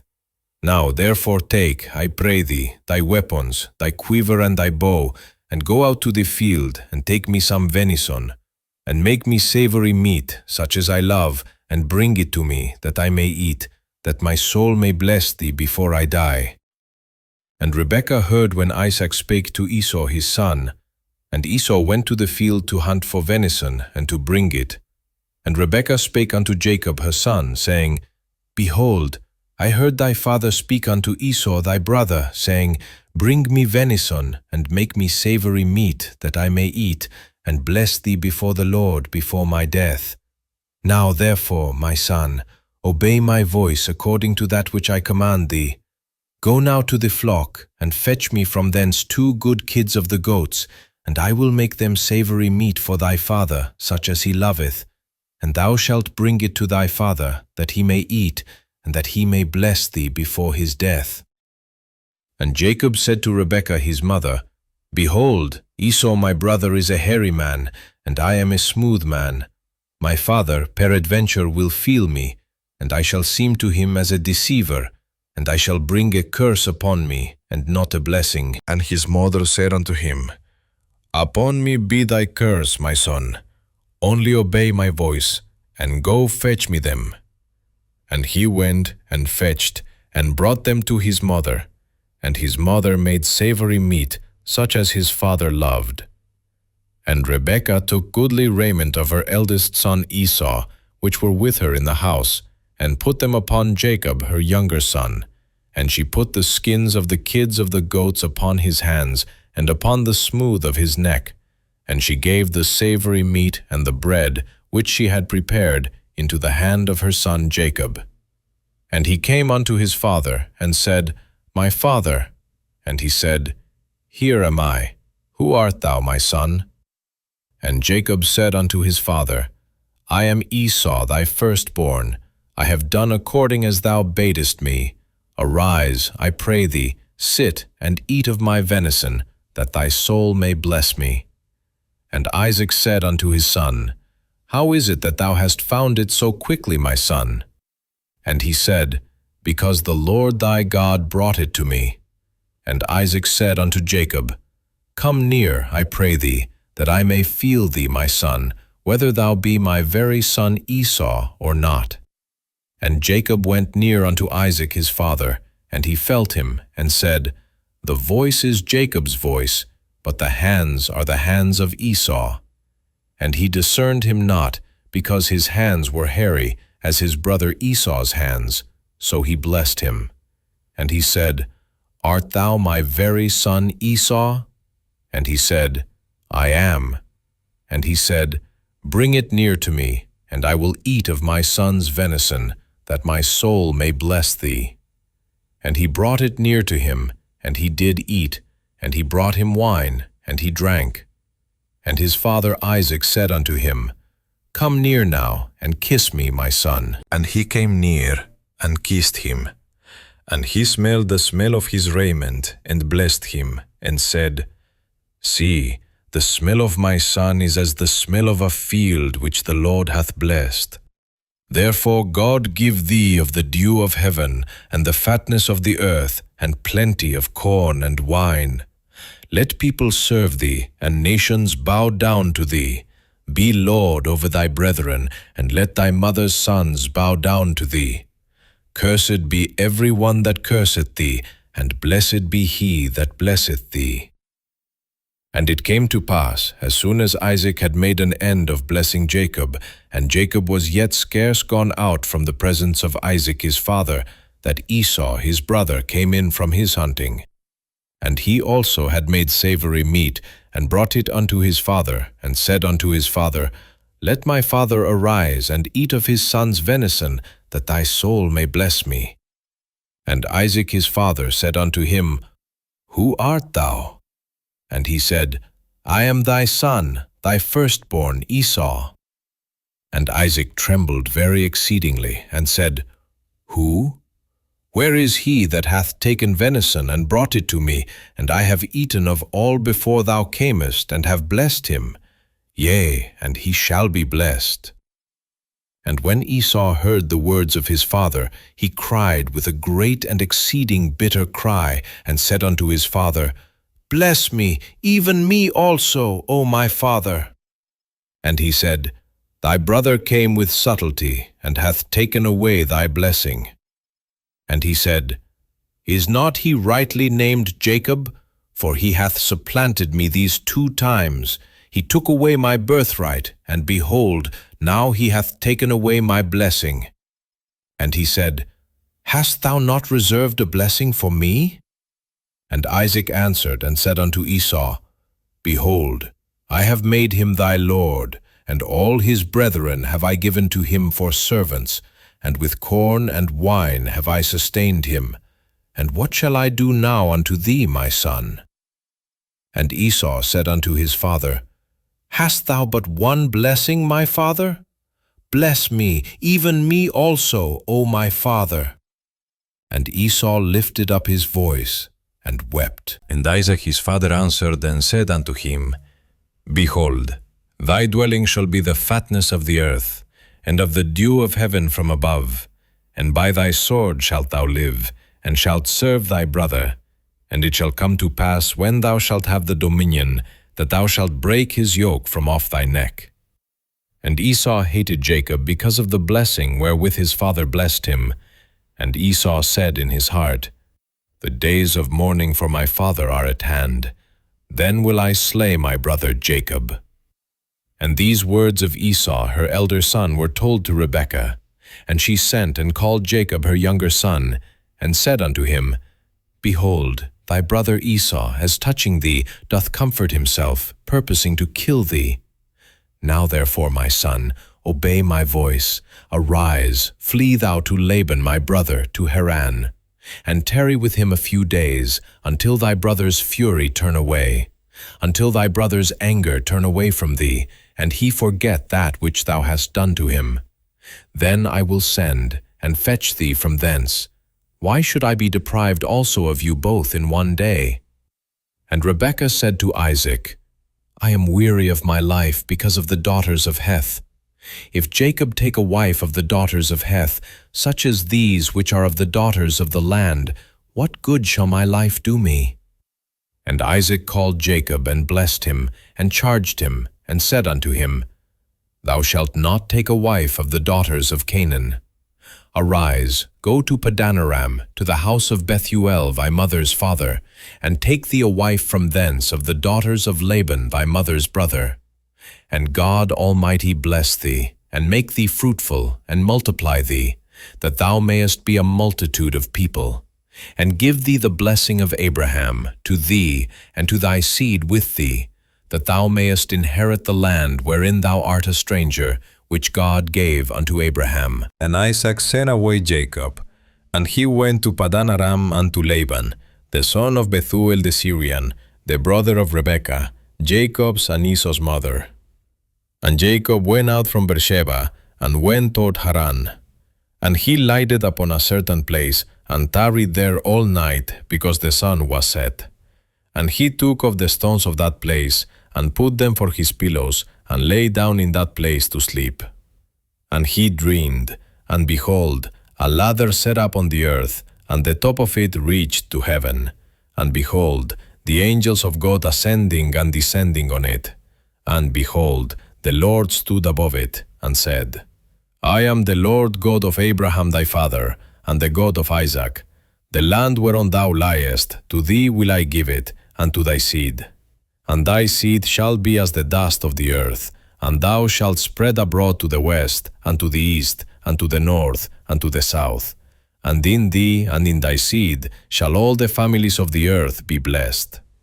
And behold, I am with thee, and will keep thee in all places whither thou goest, and will bring thee again into this land, for I will not leave thee until I have done that which I have spoken to thee of. And Jacob awaked out of his sleep, and he said, Surely the Lord is in this place, and I knew it not. And he was afraid, and said, How dreadful is this place! This is none other but the house of God, and this is the gate of heaven. And Jacob rose up early in the morning, and took the stone that he had put for his pillows, and set it up for a pillar, and poured oil upon the top of it. And he called the name of that place Bethel, but the name of that city was called Luz at the first.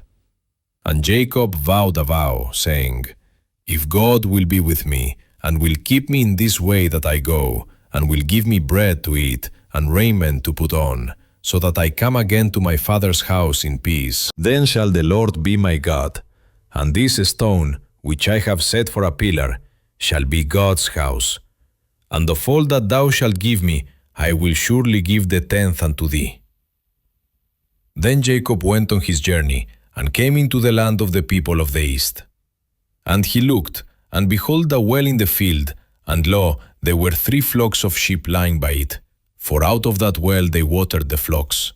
And a great stone was upon the well's mouth. And thither were all the flocks gathered, and they rolled the stone from the well's mouth, and watered the sheep, and put the stone again upon the well's mouth in his place. And Jacob said unto them, My brethren, whence be ye? And they said, Of Haran are we. And he said unto them, Know ye Laban the son of Nahor? And they said, We know him. And he said unto them, Is he well? And they said, He is well. And behold, Rachel his daughter cometh with the sheep. And he said, Lo, it is yet high day, neither is it time that the cattle should be gathered together. Water ye the sheep, and go and feed them. And while he yet spake with them, Rachel came with her father's sheep, for she kept them.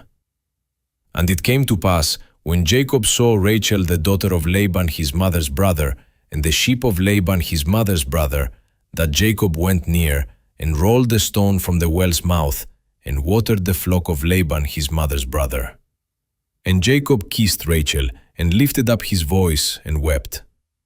And Jacob told Rachel that he was her father's brother, and that he was Rebekah's son. And she ran and told her father. And it came to pass, when Laban heard the tidings of Jacob his sister's son, that he ran to meet him, and embraced him, and kissed him, and brought him to his house. And he told Laban all these things. And Laban said to him, Surely thou art my bone and my flesh. And he abode with him the space of a month. And Laban said to Jacob, Because thou art my brother, shouldest thou therefore serve me for naught? Tell me, what shall thy wages be? And Laban had 2 daughters. The name of the elder was Leah, and the name of the younger was Rachel. Leah was tender-eyed, but Rachel was beautiful and well-favored. And Jacob loved Rachel, and said, I will serve thee 7 years for Rachel thy younger daughter. And Laban said, It is better that I give her to thee, than that I should give her to another man. Abide with me. And Jacob served 7 years for Rachel, and they seemed unto him but a few days for the love he had to her. And Jacob said unto Laban, Give me my wife, for my days are fulfilled, that I may go in unto her. And Laban gathered together all the men of the place, and made a feast. And it came to pass in the evening that he took Leah his daughter, and brought her to him, and he went in unto her. And Laban gave unto his daughter Leah Zilpah his maid for an handmaid. And it came to pass that in the morning, behold, it was Leah. And he said to Laban, What is this thou hast done unto me? Did not I serve with thee for Rachel? Wherefore then hast thou beguiled me? And Laban said, It must not be so done in our country, to give the younger before the firstborn. Fulfill her week, and we will give thee this also for the service which thou shalt serve with me yet 7 other years. And Jacob did so, and fulfilled her week, and he gave him Rachel his daughter to wife also. And Laban gave to Rachel his daughter Bilhah his handmaid to be her maid. And he went in also unto Rachel, and he loved also Rachel more than Leah, and served with him yet 7 other years. And when the Lord saw that Leah was hated, he opened her womb, but Rachel was barren. And Leah conceived, and bare a son, and she called his name Reuben. For she said, Surely the Lord hath looked upon my affliction, now therefore my husband will love me. And she conceived again, and bare a son, and said, Because the Lord hath heard that I was hated, he hath therefore given me this son also. And she called his name Simeon. And she conceived again, and bare a son, and said, Now this time will my husband be joined unto me, because I have borne him 3 sons. Therefore was his name called Levi. And she conceived again, and bare a son, and she said, Now will I praise the Lord. Therefore she called his name Judah, and left bearing. And when Rachel saw that she bare Jacob no children, Rachel envied her sister, and said unto Jacob, Give me children, or else I die. And Jacob's anger was kindled against Rachel, and he said, Am I in God's stead, who hath withheld from thee the fruit of the womb? And she said, Behold my maid Bilhah, go in unto her, and she shall bear upon my knees, that I may also have children by her. And she gave him Bilhah her handmaid to wife, and Jacob went in unto her. And Bilhah conceived, and bare Jacob a son. And Rachel said, God hath judged me, and hath also heard my voice, and hath given me a son. Therefore called she his name Dan. And Bilhah Rachel's maid conceived again, and bare Jacob a second son. And Rachel said, With great wrestlings have I wrestled with my sister, and I have prevailed. And she called his name Naphtali. And when Leah saw that she had left bearing, she took Zilpah her maid, and gave her Jacob to wife. And Zilpah Leah's maid bare Jacob a son. And Leah said, A troop cometh, and she called his name Gad. And Zilpah Leah's maid bare Jacob a second son. And Leah said, Happy am I, for the daughters will call me blessed. And she called his name Asher. And Reuben went in the days of wheat harvest, and found mandrakes in the field, and brought them unto his mother Leah.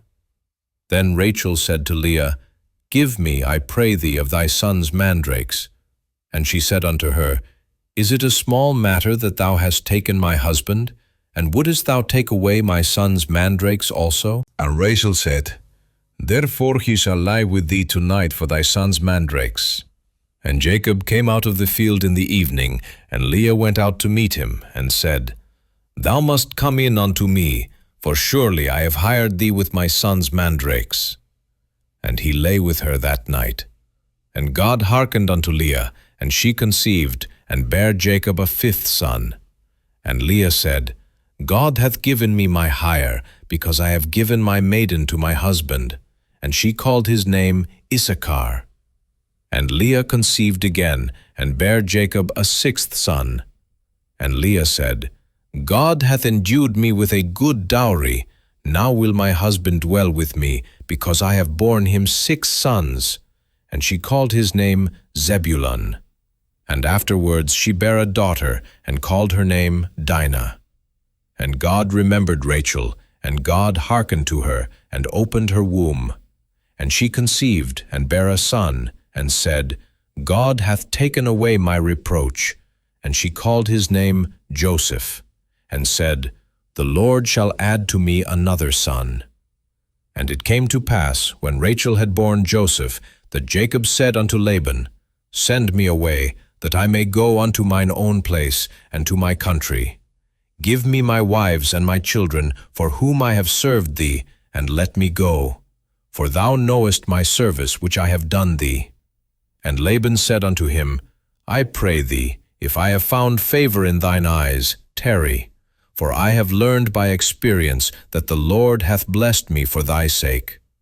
And he said, Appoint me thy wages, and I will give it. And he said unto him, Thou knowest how I have served thee, and how thy cattle was with me. For it was little which thou hadst before I came, and it is now increased unto a multitude. And the Lord hath blessed thee since my coming. And now when shall I provide for mine own house also? And he said, What shall I give thee? And Jacob said, Thou shalt not give me anything. If thou wilt do this thing for me, I will again feed and keep thy flock. I will pass through all thy flock today, removing from thence all the speckled and spotted cattle, and all the brown cattle among the sheep, and the spotted and speckled among the goats, and of such shall be my hire. So shall my righteousness answer for me in time to come, when it shall come for my hire before thy face. Every one that is not speckled and spotted among the goats, and brown among the sheep, that shall be counted stolen with me. And Laban said, Behold, I would it might be according to thy word. And he removed that day the he-goats that were ring-straked and spotted, and all the she-goats that were speckled and spotted, and every one that had some white in it, and all the brown among the sheep, and gave them into the hand of his sons. And he set 3 days' journey betwixt himself and Jacob fed the rest of Laban's flocks. And Jacob took him rods of green poplar, and of the hazel and chestnut tree, and pilled white strakes in them, and made the white appear which was in the rods. And he set the rods which he had pilled before the flocks in the gutters in the watering troughs, when the flocks came to drink, that they should conceive when they came to drink. And the flocks conceived before the rods, and brought forth cattle ring-straked, speckled, and spotted. And Jacob did separate the lambs, and set the faces of the flocks toward the ring-straked, and all the brown in the flock of Laban. And he put his own flocks by themselves, and put them not unto Laban's cattle. And it came to pass, whensoever the stronger cattle did conceive, that Jacob laid the rods before the eyes of the cattle in the gutters, that they might conceive among the rods. But when the cattle were feeble, he put them not in. So the feebler were Laban's, and the stronger Jacob's. And the man increased exceedingly, and had much cattle, and maidservants, and menservants, and camels, and asses. And he heard the words of Laban's sons, saying, Jacob hath taken away all that was our father's, and of that which was our father's hath he gotten all this glory. And Jacob beheld the countenance of Laban, and behold, it was not toward him as before. And the Lord said unto Jacob, Return unto the land of thy fathers, and to thy kindred, and I will be with thee. And Jacob sent and called Rachel and Leah to the field unto his flock, and said unto them, I see your father's countenance, that it is not toward me as before, but the God of my father hath been with me. And ye know that with all my power I have served your father. And your father hath deceived me, and changed my wages 10 times, but God suffered him not to hurt me. If he said thus, The speckled shall be thy wages, then all the cattle bear speckled. And if he said thus, The ring-straked shall be thy hire, then bear all the cattle ring-straked. Thus God hath taken away the cattle of your father, and given them to me. And it came to pass at the time that the cattle conceived, that I lifted up mine eyes, and saw in a dream, and behold, the rams which leaped upon the cattle were ring-straked, speckled, and grizzled. And the angel of God spake unto me in a dream, saying, Jacob. And I said, Here am I. And he said, Lift up now thine eyes, and see, all the rams which leap upon the cattle are ring-straked, speckled, and grizzled. For I have seen all that Laban doeth unto thee. I am the God of Bethel, where thou anointedst the pillar, and where thou vowedst a vow unto me. Now arise, get thee out from this land, and return unto the land of thy kindred. And Rachel and Leah answered and said unto him, Is there yet any portion or inheritance for us in our father's house? Are we not counted of him strangers? For he hath sold us, and hath quite devoured also our money. For all the riches which God hath taken from our father, that is ours, and our children's. Now then, whatsoever God hath said unto thee, do. Then Jacob rose up, and set his sons and his wives upon camels. And he carried away all his cattle, and all his goods which he had gotten, the cattle of his getting, which he had gotten in Padan Aram, for to go to Isaac his father in the land of Canaan. And Laban went to shear his sheep, and Rachel had stolen the images that were her father's. And Jacob stole away unawares to Laban the Syrian, in that he told him not that he fled. So he fled with all that he had, and rose up, and passed over the river, and set his face toward the Mount Gilead. And it was told Laban on the 3rd day that Jacob was fled. And he took his brethren with him, and pursued after him 7 days' journey, and they overtook him in the Mount Gilead. And God came to Laban the Syrian in a dream by night, and said unto him, Take heed that thou speak not to Jacob either good or bad. Then Laban overtook Jacob. Now Jacob had pitched his tent in the mount, and Laban with his brethren pitched in the mount of Gilead. And Laban said to Jacob, What hast thou done, that thou hast stolen away unawares to me, and carried away my daughters as captives taken with a sword? Wherefore didst thou flee away secretly, and steal away from me, and didst not tell me, that I might have sent thee away with mirth, and with songs, with tabret, and with harp? And hast not suffered me to kiss my sons and my daughters? Thou hast now done foolishly in so doing. It is in the power of my hand to do you hurt, but the God of your father spake unto me yesternight, saying, Take thou heed that thou speak not to Jacob either good or bad. And now, though thou wouldest needs be gone, because thou sore longest after thy father's house, yet wherefore hast thou stolen my gods? And Jacob answered and said to Laban, Because I was afraid, for I said, Peradventure thou wouldest take by force thy daughters from me. With whomsoever thou findest thy gods, let him not live. Before our brethren, discern thou what is thine with me, and take it to thee. For Jacob knew not that Rachel had stolen them. And Laban went into Jacob's tent, and into Leah's tent, and into the 2 maidservants' tents, but he found them not. Then went he out of Leah's tent, and entered into Rachel's tent. Now Rachel had taken the images and put them in the camel's furniture and sat upon them. And Laban searched all the tent, but found them not. And she said to her father, Let it not displease my lord that I cannot rise up before thee, for the custom of women is upon me. And he searched, but found not the images. And Jacob was wroth, and chode with Laban.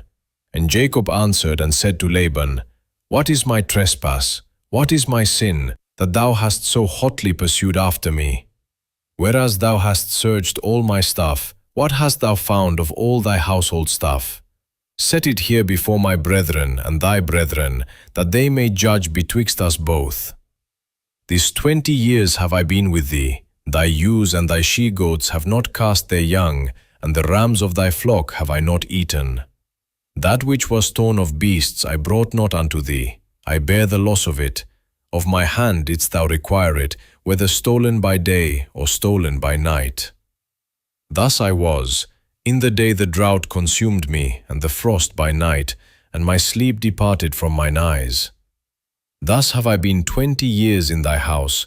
I served thee 14 years for thy 2 daughters, and 6 years for thy cattle, and thou hast changed my wages 10 times. Except the God of my father, the God of Abraham, and the fear of Isaac had been with me, surely thou hadst sent me away now empty.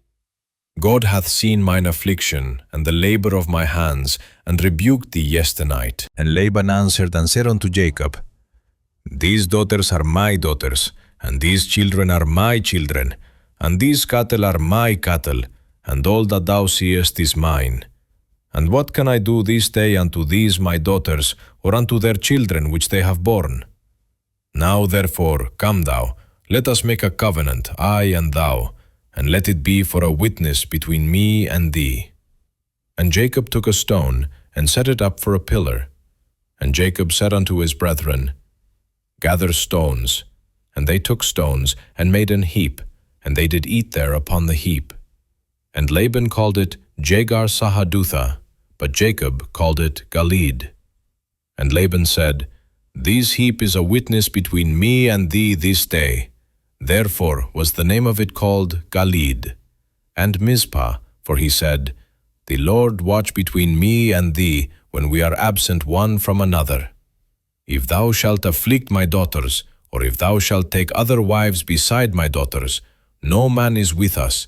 See, God is witness betwixt me and thee.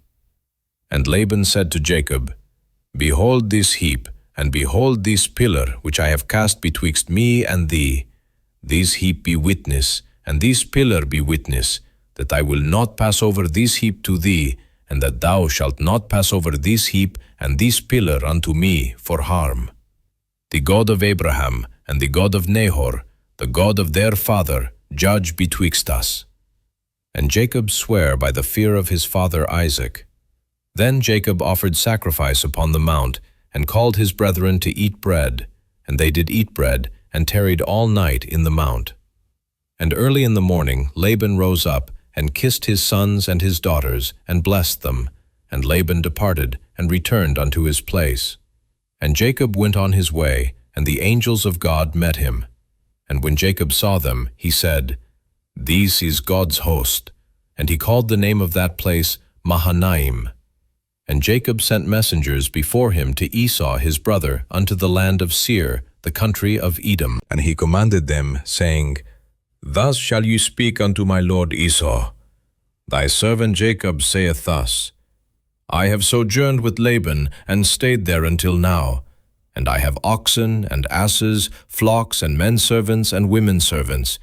And I have sent to tell my lord, that I may find grace in thy sight. And the messengers returned to Jacob, saying, We came to thy brother Esau, and also he cometh to meet thee, and 400 men with him.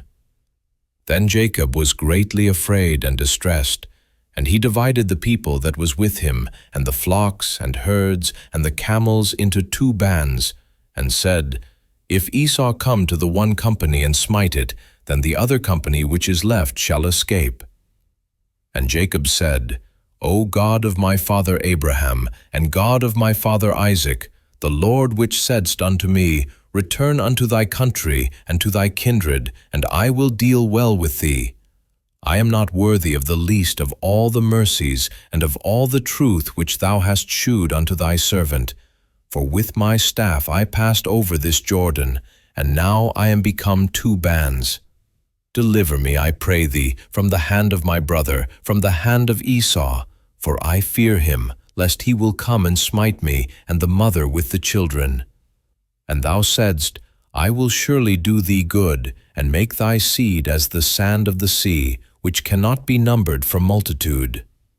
And he lodged there that same night, and took of that which came to his hand a present for Esau his brother, 200 she-goats, and 20 he-goats, 200 ewes, and 20 rams, 30 milch camels with their colts, 40 kine, and 10 bulls, 20 she-asses, and 10 foals. And he delivered them into the hand of his servants, every drove by themselves, and said unto his servants, Pass over before me, and put a space betwixt drove and drove. And he commanded the foremost, saying, When Esau my brother meeteth thee, and asketh thee, saying, Whose art thou, and whither goest thou, and whose are these before thee? Then thou shalt say, They be thy servant Jacob's. It is a present sent unto my lord Esau, and behold, also he is behind us. And so commanded he the second, and the third, and all that followed the droves, saying, On this manner shall ye speak unto Esau, when ye find him. And say ye moreover, Behold, thy servant Jacob is behind us. For he said, I will appease him with the present that goeth before me, and afterward I will see his face, peradventure he will accept of me. So went the present over before him, and himself lodged that night in the company. And he rose up that night, and took his 2 wives, and his 2 women servants, and his 11 sons, and passed over the ford Jabbok. And he took them, and sent them over the brook, and sent over that he had. And Jacob was left alone, and there wrestled a man with him until the breaking of the day.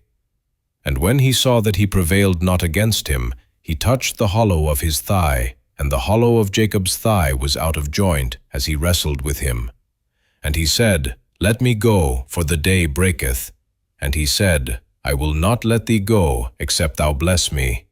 And he said unto him, What is thy name? And he said, Jacob. And he said, Thy name shall be called no more Jacob, but Israel. For as a prince hast thou power with God and with men, and hast prevailed. And Jacob asked him, and said, Tell me, I pray thee, thy name. And he said, Wherefore is it that thou dost ask after my name? And he blessed him there. And Jacob called the name of the place Peniel, for I have seen God face to face, and my life is preserved. And as he passed over Penuel, the sun rose upon him, and he halted upon his thigh. Therefore the children of Israel eat not of the sinew which shrank, which is upon the hollow of the thigh, unto this day, because he touched the hollow of Jacob's thigh in the sinew that shrank. And Jacob lifted up his eyes, and looked, and behold, Esau came, and with him 400 men. And he divided the children unto Leah, and unto Rachel, and unto the 2 handmaids. And he put the handmaids and their children foremost, and Leah and her children after, and Rachel and Joseph hindermost. And he passed over before them, and bowed himself to the ground 7 times, until he came near to his brother. And Esau ran to meet him, and embraced him, and fell on his neck, and kissed him, and they wept. And he lifted up his eyes, and saw the women and the children, and said, Who are those with thee? And he said, The children which God hath graciously given thy servant. Then the handmaidens came near, they and their children, and they bowed themselves. And Leah also with her children came near, and bowed themselves. And after came Joseph near, and Rachel, and they bowed themselves. And he said, What meanest thou by all this drove which I met? And he said, These are to find grace in the sight of my Lord. And Esau said, I have enough, my brother, keep that thou hast unto thyself. And Jacob said, Nay, I pray thee, if now I have found grace in thy sight, then receive my present at my hand. For therefore I have seen thy face, as though I had seen the face of God, and thou wast pleased with me. Take, I pray thee, my blessing that is brought to thee, because God hath dealt graciously with me, and because I have enough. And he urged him, and he took it. And he said, Let us take our journey, and let us go, and I will go before thee. And he said unto him, My Lord knoweth that the children are tender, and the flocks and herds with young are with me. And if men should overdrive them one day, all the flock will die. Let my Lord, I pray thee, pass over before his servant, and I will lead on softly, according as the cattle that goeth before me, and the children be able to endure, until I come unto my Lord unto Seir. And Esau said, Let me now leave with thee some of the folk that are with me. And he said, What needeth it? Let me find grace in the sight of my Lord. So Esau returned that day on his way unto Seir. And Jacob journeyed to Succoth, and built him an house, and made booths for his cattle. Therefore the name of the place is called Succoth. And Jacob came to Shalem, a city of Shechem, which is in the land of Canaan, when he came from Padan Aram, and pitched his tent before the city.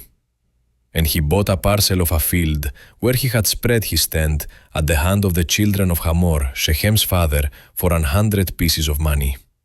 And he erected there an altar, and called it El Elohe Israel. And Dinah the daughter of Leah, which she bare unto Jacob, went out to see the daughters of the land. And when Shechem the son of Hamor the Hivite, prince of the country, saw her, he took her, and lay with her, and defiled her. And his soul clave unto Dinah the daughter of Jacob, and he loved the damsel, and spake kindly unto the damsel.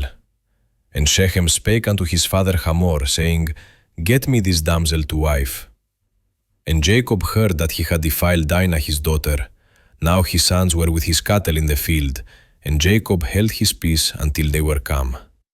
And Hamor the father of Shechem went out unto Jacob to commune with him. And the sons of Jacob came out of the field when they heard it, and the men were grieved, and they were very wroth, because he had wrought folly in Israel in lying with Jacob's daughter, which thing ought not to be done. And Hamor communed with them, saying, The soul of my son Shechem longeth for your daughter. I pray you, give her him to wife. And make ye marriages with us, and give your daughters unto us, and take our daughters unto you. And ye shall dwell with us, and the land shall be before you. Dwell and trade ye therein, and get you possessions therein. And Shechem said unto her father and unto her brethren, Let me find grace in your eyes, and what ye shall say unto me I will give. Ask me never so much dowry and gift, and I will give according as ye shall say unto me. But give me the damsel to wife. And the sons of Jacob answered Shechem and Hamor his father deceitfully, and said, Because he had defiled Dinah their sister. And they said unto them, We cannot do this thing, to give our sister to one that is uncircumcised, for that were a reproach unto us. But in this will we consent unto you. If ye will be as we be, that every male of you be circumcised, then will we give our daughters unto you, and we will take your daughters to us, and we will dwell with you, and we will become one people. But if ye will not hearken unto us, to be circumcised, then will we take our daughter, and we will be gone. And their words pleased Hamor, and Shechem Hamor's son. And the young man deferred not to do the thing, because he had delight in Jacob's daughter, and he was more honorable than all the house of his father. And Hamor and Shechem his son came unto the gate of their city, and communed with the men of their city, saying, These men are peaceable with us, therefore let them dwell in the land, and trade therein. For the land, behold, it is large enough for them. Let us take their daughters to us for wives, and let us give them our daughters. Only herein will the men consent unto us for to dwell with us, to be one people, if every male among us be circumcised, as they are circumcised. Shall not their cattle and their substance and every beast of theirs be ours? Only let us consent unto them, and they will dwell with us. And unto Hamor and unto Shechem his son hearkened all that went out of the gate of his city, and every male was circumcised, all that went out of the gate of his city. And it came to pass on the third day, when they were sore, that two of the sons of Jacob, Simeon and Levi, Dinah's brethren, took each man his sword, and came upon the city boldly, and slew all the males. And they slew Hamor and Shechem his son with the edge of the sword, and took Dinah out of Shechem's house, and went out. The sons of Jacob came upon the slain, and spoiled the city, because they had defiled their sister. They took their sheep, and their oxen, and their asses, and that which was in the city, and that which was in the field. And all their wealth, and all their little ones, and their wives, took they captive, and spoiled even all that was in the house. And Jacob said to Simeon and Levi, Ye have troubled me to make me to stink among the inhabitants of the land, among the Canaanites and the Perizzites. And I, being few in number, they shall gather themselves together against me, and slay me, and I shall be destroyed, I and my house. And they said, Should he deal with our sister as with an harlot? And God said unto Jacob, Arise, go up to Bethel, and dwell there, and make there an altar unto God, that appeared unto thee when thou fleddest from the face of Esau thy brother. Then Jacob said unto his household, and to all that were with him, Put away the strange gods that are among you, and be clean, and change your garments, and let us arise, and go up to Bethel, and I will make there an altar unto God, who answered me in the day of my distress, and was with me in the way which I went.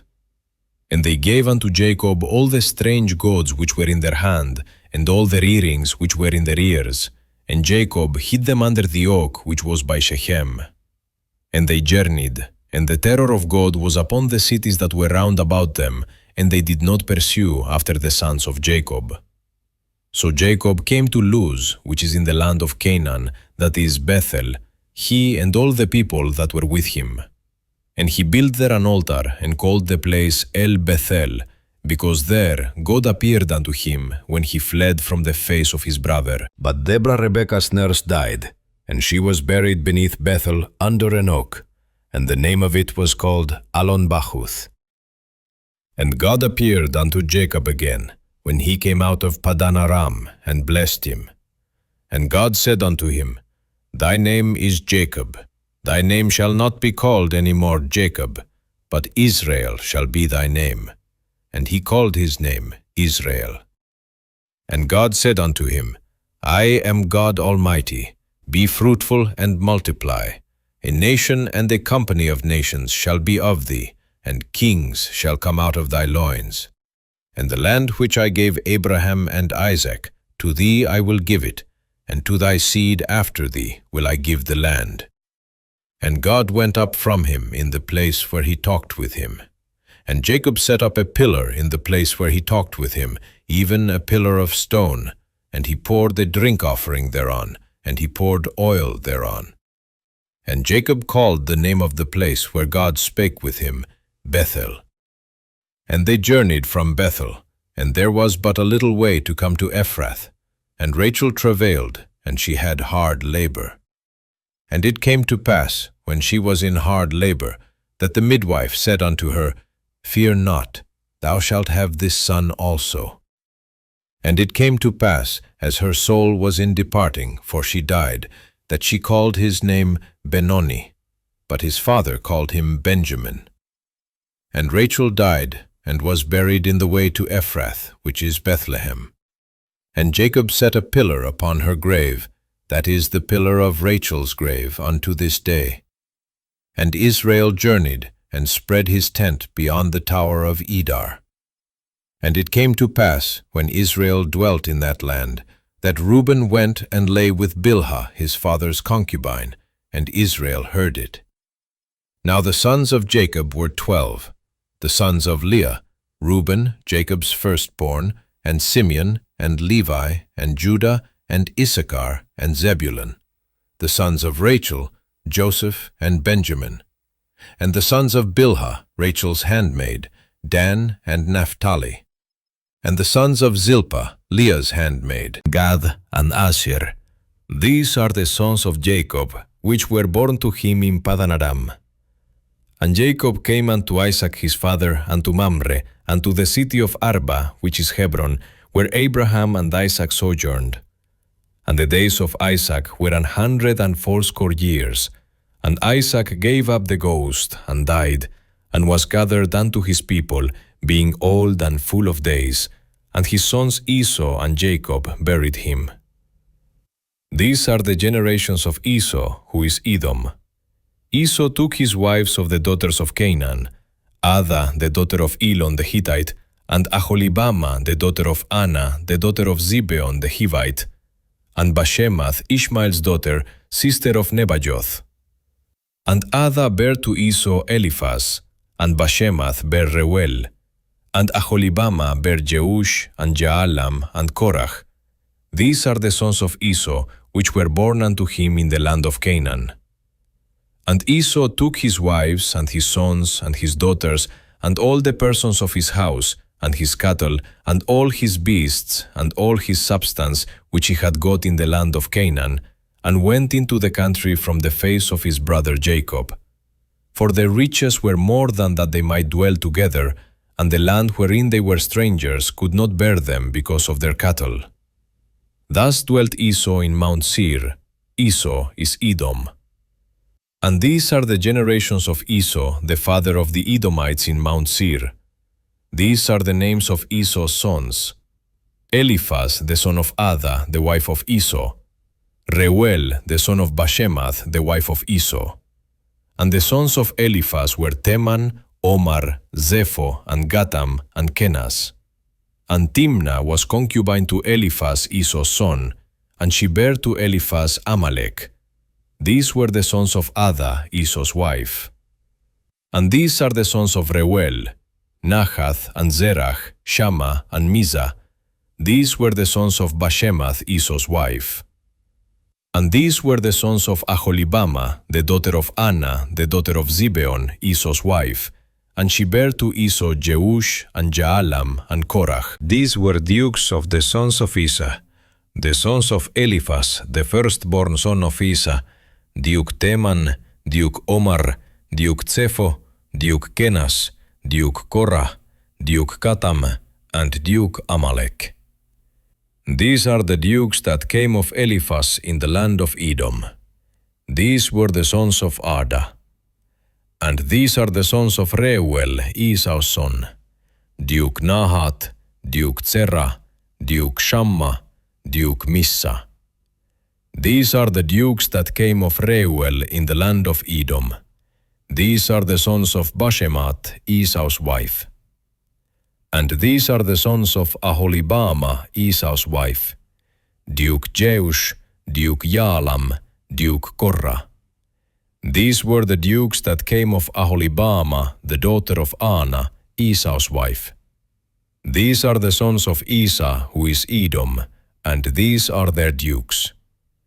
These are the sons of Seir the Horite, who inhabited the land: Lotan, and Shobal, and Zibeon, and Anna, and Dishon, and Eser, and Dishan. These are the dukes of the Horites, the children of Seir, in the land of Edom. And the children of Lotan were Hori and Hemam, and Lotan's sister was Timnah. And the children of Shobal were these: Alvan, and Manahat, and Ebal, Sheppo, and Onam. And these are the children of Zibeon, both Ajah and Anna. This was that Anna that found the mules in the wilderness, as he fed the asses of Zibeon his father. And the children of Anna were these: Dishon, and Aholibama, the daughter of Anna. And these are the children of Dishon: Hemdan, and Eshban, and Ithran, and Cheran. The children of Eser are these: Bilhan, and Savan, and Akan. The children of Dishan are these: Uz, and Aran. These are the dukes that came of the Horites: Duke Lotan, Duke Shobal, Duke Zibeon, Duke Anna, Duke Dishon, Duke Eser, Duke Dishan. These are the dukes that came of Hori among their dukes in the land of Seir. And these are the kings that reigned in the land of Edom before there reigned any king over the children of Israel.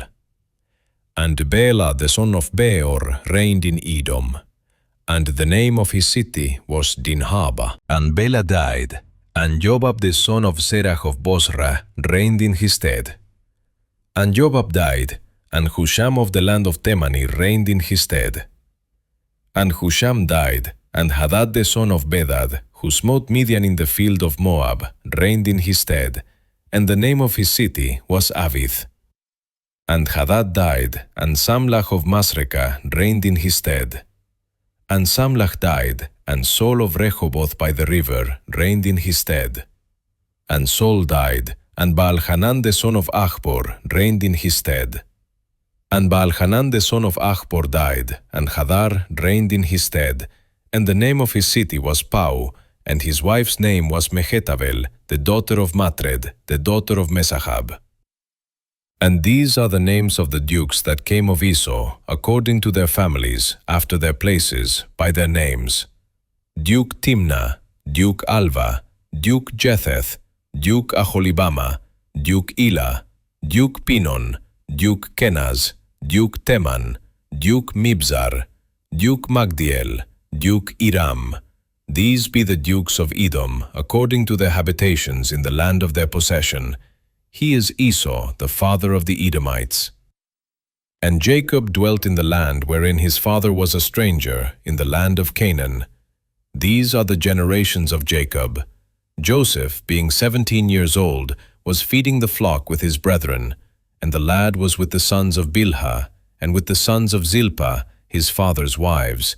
And Joseph brought unto his father their evil report.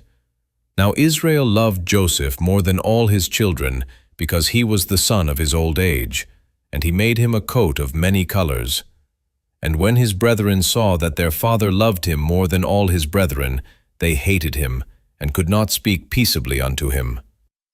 And Joseph dreamed a dream, and he told it his brethren, and they hated him yet the more. And he said unto them, Hear, I pray you, this dream which I have dreamed. For, behold, we were binding sheaves in the field, and lo, my sheaf arose, and also stood upright. And behold, your sheaves stood round about, and made obeisance to my sheaf. And his brethren said to him, Shalt thou indeed reign over us? Or shalt thou indeed have dominion over us? And they hated him yet the more for his dreams, and for his words. And he dreamed yet another dream, and told it his brethren, and said, Behold, I have dreamed a dream more, and behold, the sun and the moon and the 11 stars made obeisance to me. And he told it to his father and to his brethren, and his father rebuked him, and said unto him, What is this dream that thou hast dreamed? Shall I and thy mother and thy brethren indeed come to bow down ourselves to thee to the earth? And his brethren envied him, but his father observed the saying. And his brethren went to feed their father's flock in Shechem. And Israel said unto Joseph, Do not thy brethren feed the flock in Shechem? Come, and I will send thee unto them. And he said to him, Here am I. And he said to him, Go, I pray thee, see whether it be well with thy brethren, and well with the flocks, and bring me word again. So he sent him out of the vale of Hebron, and he came to Shechem. And a certain man found him, and behold, he was wandering in the field. And the man asked him, saying, What seekest thou? And he said, I seek my brethren. Tell me, I pray thee, where they feed their flocks. And the man said, They are departed hence, for I heard them say, Let us go to Dothan. And Joseph went after his brethren, and found them in Dothan. And when they saw him afar off, even before he came near unto them, they conspired against him to slay him. And they said one to another, Behold, this dreamer cometh. Come now therefore, and let us slay him, and cast him into some pit, and we will say, Some evil beast hath devoured him, and we shall see what will become of his dreams. And Reuben heard it, and he delivered him out of their hands, and said, Let us not kill him. And Reuben said unto them, Shed no blood, but cast him into this pit that is in the wilderness, and lay no hand upon him. that he might rid him out of their hands, to deliver him to his father again. And it came to pass, when Joseph was come unto his brethren, that they stripped Joseph out of his coat of many colors that was on him. And they took him, and cast him into a pit. And the pit was empty, there was no water in it. And they sat down to eat bread, and they lifted up their eyes and looked, and behold, a company of Ishmaelites came from Gilead with their camels bearing spicery and balm and myrrh, going to carry it down to Egypt. And Judah said unto his brethren, What profit is it if we slay our brother and conceal his blood? Come, and let us sell him to the Ishmaelites, and let not our hand be upon him, for he is our brother and our flesh. And his brethren were content. Then there passed by Midianites merchantmen, and they drew and lifted up Joseph out of the pit, and sold Joseph to the Ishmaelites for 20 pieces of silver, and they brought Joseph into Egypt. And Reuben returned unto the pit, and behold, Joseph was not in the pit, and he rent his clothes. And he returned unto his brethren, and said, The child is not, and I, whither shall I go? And they took Joseph's coat, and killed a kid of the goats, and dipped the coat in the blood. And they sent the coat of many colors, and they brought it to their father, and said, This have we found. Know now whether it be thy son's coat or no. And he knew it, and said, It is my son's coat. An evil beast hath devoured him. Joseph is without doubt rent in pieces. And Jacob rent his clothes, and put sackcloth upon his loins, and mourned for his son many days. And all his sons and all his daughters rose up to comfort him, but he refused to be comforted, and he said, For I will go down into the grave unto my son mourning. Thus his father wept for him. And the Midianites sold him into Egypt unto Potiphar, an officer of Pharaoh's, and captain of the guard. And it came to pass at that time, that Judah went down from his brethren, and turned in to a certain Adullamite, whose name was Hira. And Judah saw there a daughter of a certain Canaanite, whose name was Shua, and he took her, and went in unto her. And she conceived, and bare a son, and he called his name And she conceived again, and bare a son, and she called his name Onan. And she yet again conceived, and bare a son, and called his name Shelah, and he was at Chezib when she bare him. And Judah took a wife for his firstborn, whose name was Tamar.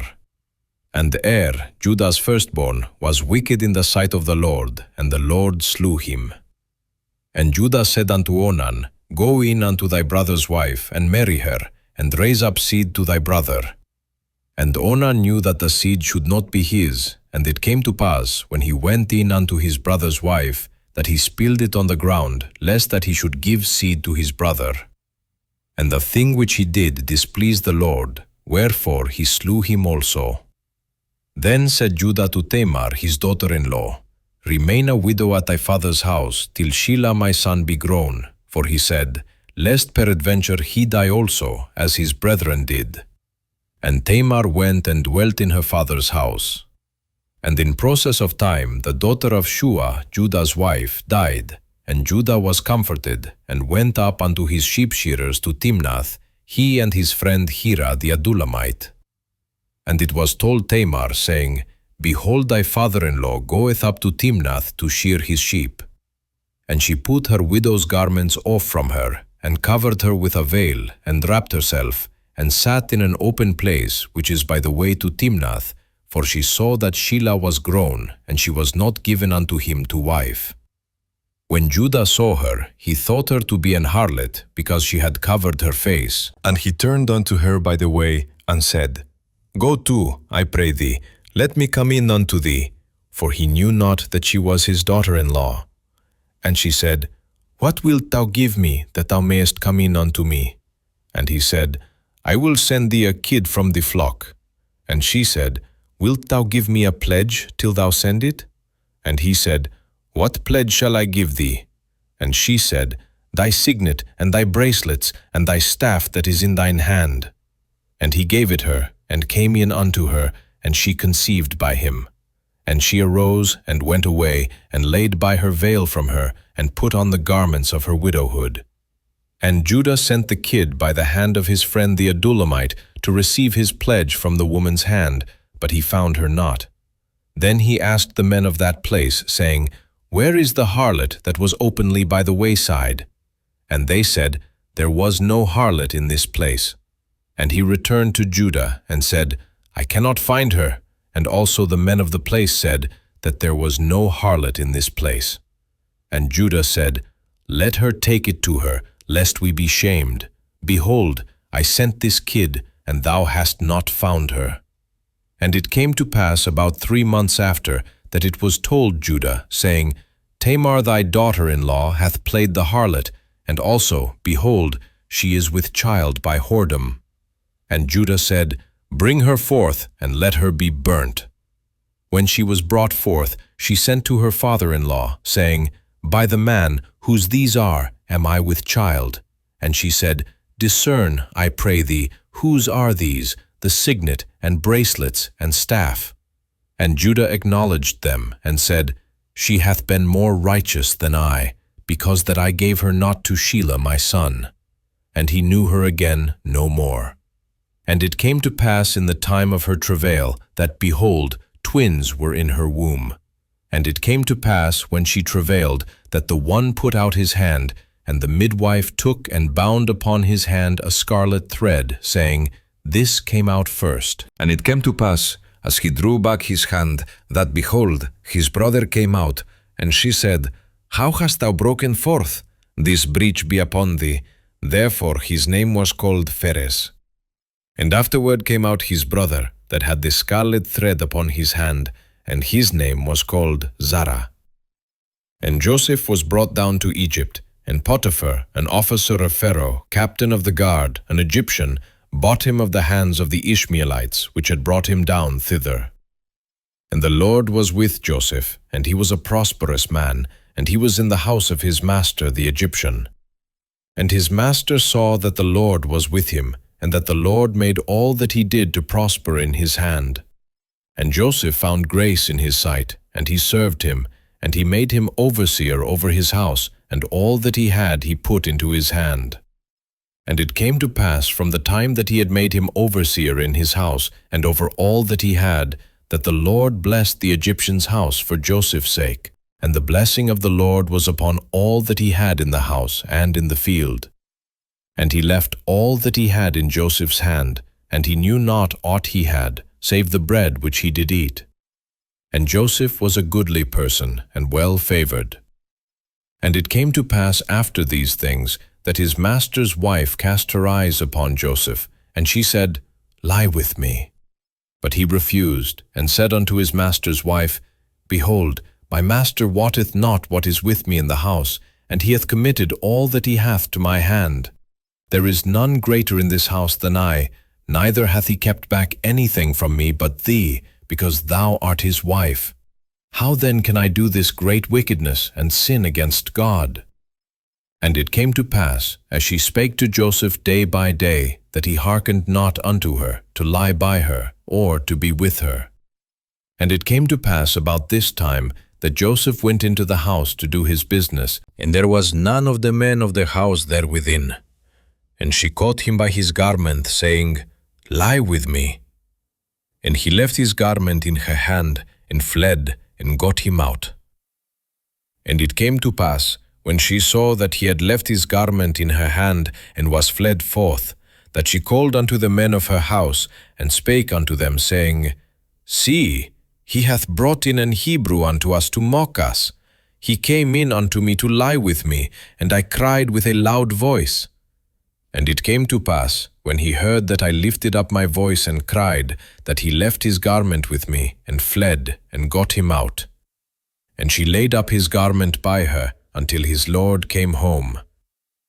And she spake unto him according to these words, saying, The Hebrew servant, which thou hast brought unto us, came in unto me to mock me. And it came to pass, as I lifted up my voice and cried, that he left his garment with me, and fled out. And it came to pass, when his master heard the words of his wife, which she spake unto him, saying, After this manner did thy servant to me, that his wrath was kindled. And Joseph's master took him and put him into the prison, a place where the king's prisoners were bound, and he was there in the prison. But the Lord was with Joseph, and shewed him mercy, and gave him favor in the sight of the keeper of the prison. And the keeper of the prison committed to Joseph's hand all the prisoners that were in the prison, and whatsoever they did there, he was the doer of it. Because the Lord was with him, and that which he did, the Lord made it to prosper. And it came to pass after these things, that the butler of the king of Egypt and his baker had offended their lord the king of Egypt. And Pharaoh was wroth against 2 of his officers, against the chief of the butlers, and against the chief of the bakers. And he put them in ward in the house of the captain of the guard, into the prison, the place where Joseph was bound. And the captain of the guard charged Joseph with them, and he served them, and they continued a season in ward. And they dreamed a dream both of them, each man his dream in one night, each man according to the interpretation of his dream, the butler and the baker of the king of Egypt, which were bound in the prison. And Joseph came in unto them in the morning, and looked upon them, and behold, they were sad. And he asked Pharaoh's officers that were with him in the ward of his lord's house, saying, Wherefore look ye so sadly today? And they said unto him, We have dreamed a dream, and there is no interpreter of it. And Joseph said unto them, Do not interpretations belong to God? Tell me them, I pray you. And the chief butler told his dream to Joseph, and said to him, In my dream, behold, a vine was before me, and in the vine were 3 branches, and it was as though it budded, and her blossoms shot forth, and the clusters thereof brought forth ripe grapes, and Pharaoh's cup was in my hand. And I took the grapes, and pressed them into Pharaoh's cup, and I gave the cup into Pharaoh's hand. And Joseph said unto him, This is the interpretation of it. The 3 branches are 3 days. Yet within 3 days shall Pharaoh lift up thine head, and restore thee unto thy place, and thou shalt deliver Pharaoh's cup into his hand, after the former manner when thou wast his butler. But think on me when it shall be well with thee, and shew kindness, I pray thee, unto me, and make mention of me unto Pharaoh, and bring me out of this house. For indeed I was stolen away out of the land of the Hebrews, and here also have I done nothing that they should put me into the dungeon. When the chief baker saw that the interpretation was good, he said unto Joseph, I also was in my dream, and behold, I had 3 white baskets on my head, and in the uppermost basket there was of all manner of bake meats for Pharaoh, and the birds did eat them out of the basket upon my head. And Joseph answered and said, This is the interpretation thereof. The 3 baskets are 3 days. Yet within 3 days shall Pharaoh lift up thy head from off thee, and shall hang thee on a tree, and the birds shall eat thy flesh from off thee. And it came to pass the 3rd day, which was Pharaoh's birthday, that he made a feast unto all his servants. And he lifted up the head of the chief butler and of the chief baker among his servants. And he restored the chief butler unto his butlership again, and he gave the cup into Pharaoh's hand. But he hanged the chief baker, as Joseph had interpreted to them. Yet did not the chief butler remember Joseph, but forgot him. And it came to pass at the end of 2 full years that Pharaoh dreamed, and behold, he stood by the river. And behold, there came up out of the river 7 well-favored kine and fat-fleshed, and they fed in a meadow. And behold, 7 other kine came up after them out of the river, ill-favored and lean-fleshed, and stood by the other kine upon the brink of the river. And the ill-favored and lean-fleshed kine did eat up the 7 well-favored and fat kine. So Pharaoh awoke. And he slept and dreamed the 2nd time, and behold, 7 ears of corn came up upon one stalk, rank and good. And behold, 7 thin ears and blasted with the east wind sprang up after them. And the 7 thin ears devoured the 7 rank and full ears. And Pharaoh awoke, and behold, it was a dream. And it came to pass in the morning that his spirit was troubled. And he sent and called for all the magicians of Egypt, and all the wise men thereof. And Pharaoh told them his dream, but there was none that could interpret them unto Pharaoh. Then spake the chief butler unto Pharaoh, saying, I do remember my faults this day. Pharaoh was wroth with his servants, and put me in ward in the captain of the guard's house, both me and the chief baker. And we dreamed a dream in one night, I and he. We dreamed each man according to the interpretation of his dream. And there was there with us a young man, an Hebrew, servant to the captain of the guard. And we told him, and he interpreted to us our dreams. To each man according to his dream he did interpret. And it came to pass, as he interpreted to us, so it was. Me he restored unto mine office, and him he hanged. Then Pharaoh sent and called Joseph, and they brought him hastily out of the dungeon, and he shaved himself, and changed his raiment, and came in unto Pharaoh. And Pharaoh said unto Joseph, I have dreamed a dream, and there is none that can interpret it. And I have heard say of thee, that thou canst understand a dream to interpret it. And Joseph answered Pharaoh, saying, It is not in me. God shall give Pharaoh an answer of peace. And Pharaoh said unto Joseph, In my dream, behold, I stood upon the bank of the river, and, behold, there came up out of the river 7 kine, fat-fleshed and well-favored, and they fed in a meadow. And, behold, 7 other kine came up after them, poor and very ill-favored and lean-fleshed, such as I never saw in all the land of Egypt for badness. And the lean and the ill-favored kine did eat up the first 7 fat kine. And when they had eaten them up, it could not be known that they had eaten them, but they were still ill-favored as at the beginning. So I awoke. And I saw in my dream, and, behold, 7 ears came up in one stalk, full and good.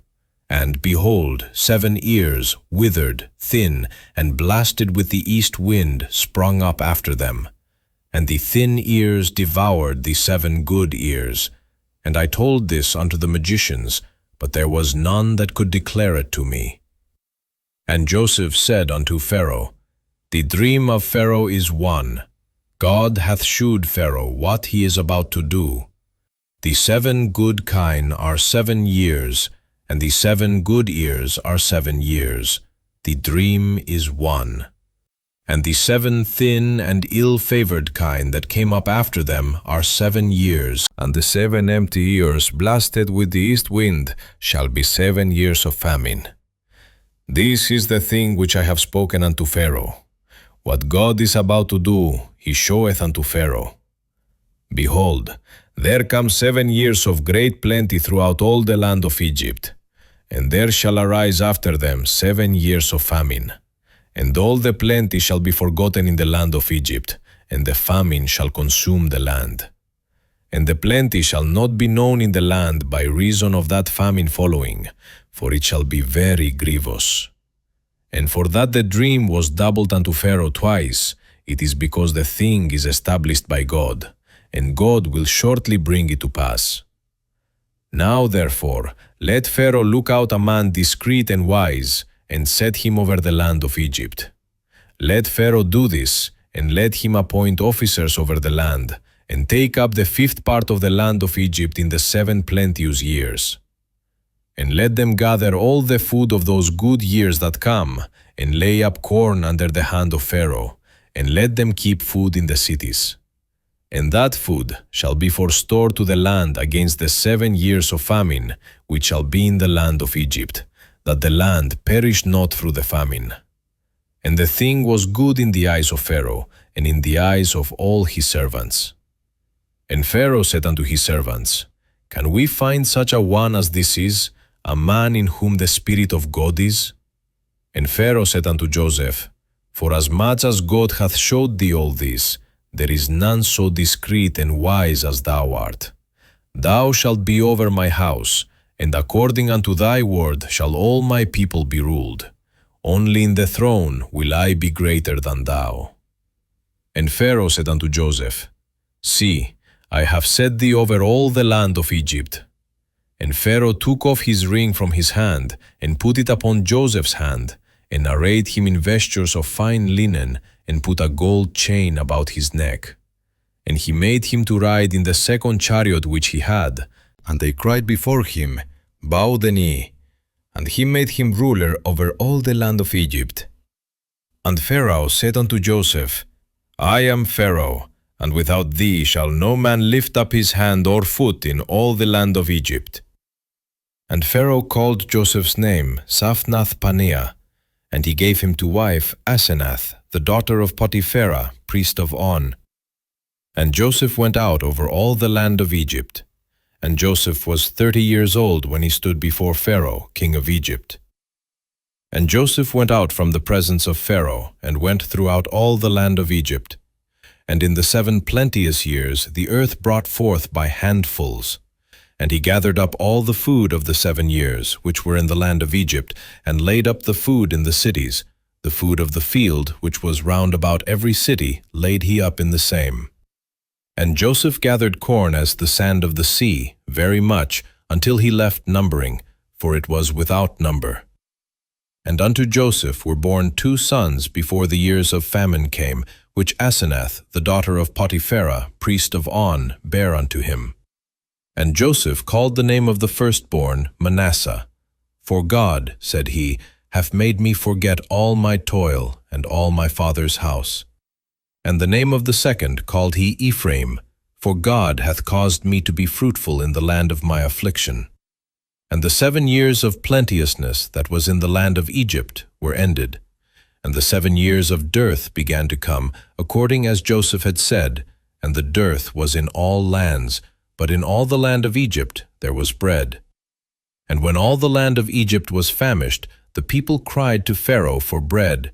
And Pharaoh said unto all the Egyptians, Go unto Joseph, what he saith to you, do. And the famine was over all the face of the earth.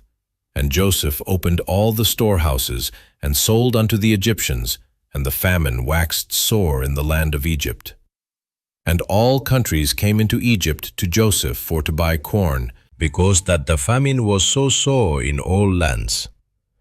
And when Jacob saw that there was corn in Egypt, Jacob said unto his sons, Why do ye look one upon another?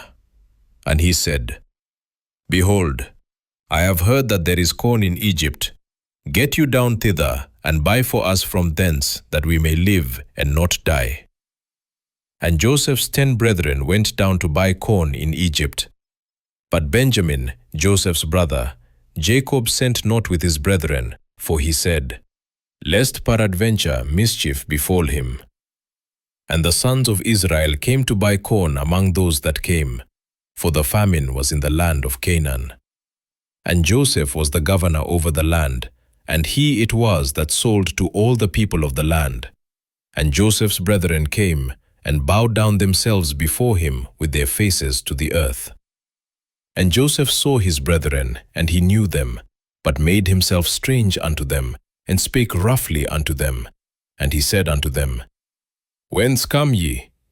And they said, From the land of Canaan to buy food. And Joseph knew his brethren, but they knew not him. And Joseph remembered the dreams which he dreamed of them, and said unto them, Ye are spies, to see the nakedness of the land ye are come. And they said unto him, Nay, my lord, but to buy food are thy servants come. We are all one man's sons, we are true men, thy servants are no spies. And he said unto them, Nay, but to see the nakedness of the land ye are come. And they said, Thy servants are 12 brethren, the sons of one man in the land of Canaan. And behold, the youngest is this day with our father, and one is not. And Joseph said unto them, That is it that I spake unto you, saying, Ye are spies. Hereby ye shall be proved. By the life of Pharaoh ye shall not go forth hence, except your youngest brother come hither. Send one of you, and let him fetch your brother, and ye shall be kept in prison, that your words may be proved, whether there be any truth in you, or else by the life of Pharaoh, surely ye are spies. And he put them all together into ward 3 days. And Joseph said unto them the 3rd day, This do, and live, for I fear God. If ye be true men, let one of your brethren be bound in the house of your prison. Go ye, carry corn for the famine of your houses, but bring your youngest brother unto me. So shall your words be verified, and ye shall not die. And they did so. And they said one to another, We are verily guilty concerning our brother, in that we saw the anguish of his soul when he besought us, and we would not hear. Therefore is this distress come upon us. And Reuben answered them, saying, Spake I not unto you, saying, Do not sin against the child, and ye would not hear? Therefore, behold, also his blood is required. And they knew not that Joseph understood them, for he spake unto them by an interpreter. And he turned himself about from them, and wept, and returned to them again, and communed with them, and took from them Simeon, and bound him before their eyes. Then Joseph commanded to fill their sacks with corn, and to restore every man's money into his sack, and to give them provision for the way. And thus did he unto them. And they laded their asses with the corn, and departed thence. And as one of them opened his sack to give his ass provender in the inn, he espied his money, for, behold, it was in his sack's mouth. And he said unto his brethren, My money is restored, and lo, it is even in my sack. And their heart failed them, and they were afraid, saying one to another, What is this that God hath done unto us? And they came unto Jacob their father unto the land of Canaan, and told him all that befell unto them, saying, The man, who is the Lord of the land, spake roughly to us, and took us for spies of the country. And we said unto him, We are true men, we are no spies, we be 12 brethren, sons of our father, one is not, and the youngest is this day with our father in the land of Canaan. And the man, the lord of the country, said unto us, Hereby shall I know that ye are true men. Leave one of your brethren here with me, and take food for the famine of your households, and be gone. And bring your youngest brother unto me. Then shall I know that ye are no spies, but that ye are true men. So will I deliver you your brother, and ye shall traffic in the land. And it came to pass, as they emptied their sacks, that, behold, every man's bundle of money was in his sack. And when both they and their father saw the bundles of money, they were afraid. And Jacob their father said unto them, Me have ye bereaved of my children. Joseph is not, and Simeon is not, and ye will take Benjamin away. All these things are against me. And Reuben spake unto his father, saying, Slay my 2 sons, if I bring him not to thee. Deliver him into my hand, and I will bring him to thee again. And he said, My son shall not go down with you, for his brother is dead, and he is left alone. If mischief befall him by the way in the which ye go, then shall ye bring down my grey hairs with sorrow to the grave. And the famine was sore in the land. And it came to pass, when they had eaten up the corn which they had brought out of Egypt, their father said unto them, Go again, buy us a little food. And Judah spake unto him, saying, The man did solemnly protest unto us, saying, Ye shall not see my face, except your brother be with you.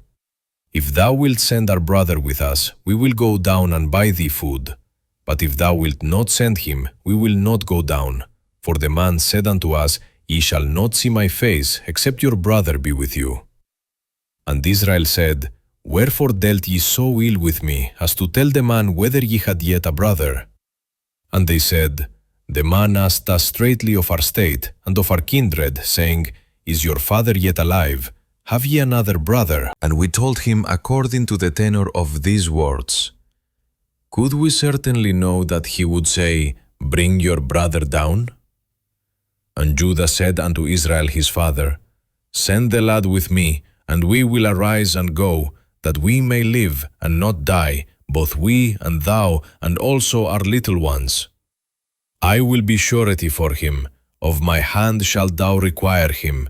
If I bring him not unto thee, and set him before thee, then let me bear the blame forever. For except we had lingered, surely now we had returned this second time. And their father Israel said unto them, If it must be so now, do this. Take of the best fruits in the land in your vessels, and carry down the man a present, a little balm and a little honey, spices and myrrh, nuts and almonds.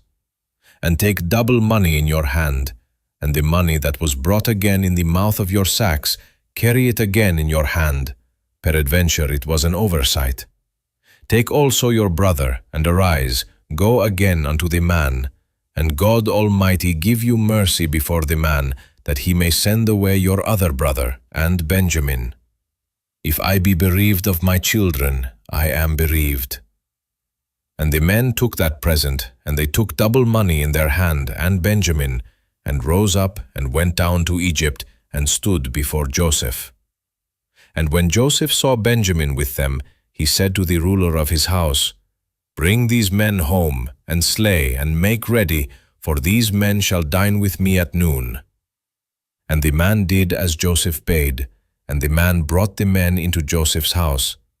And the men were afraid, because they were brought into Joseph's house, and they said, Because of the money that was returned in our sacks at the first time are we brought in, that he may seek occasion against us, and fall upon us, and take us for bondmen and our asses. And they came near to the steward of Joseph's house, and they communed with him at the door of the house, and said, O sir, we came indeed down at the first time to buy food, and it came to pass, when we came to the inn, that we opened our sacks, and behold, every man's money was in the mouth of his sack, our money in full weight, and we have brought it again in our hand. And other money have we brought down in our hands to buy food. We cannot tell who put our money in our sacks. And he said, Peace be to you, fear not.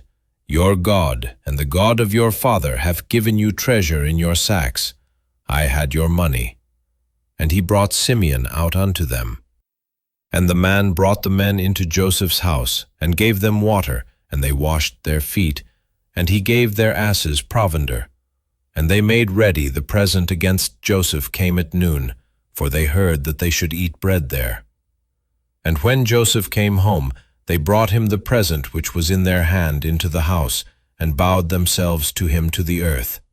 And he asked them of their welfare, and said, Is your father well, the old man of whom ye spake?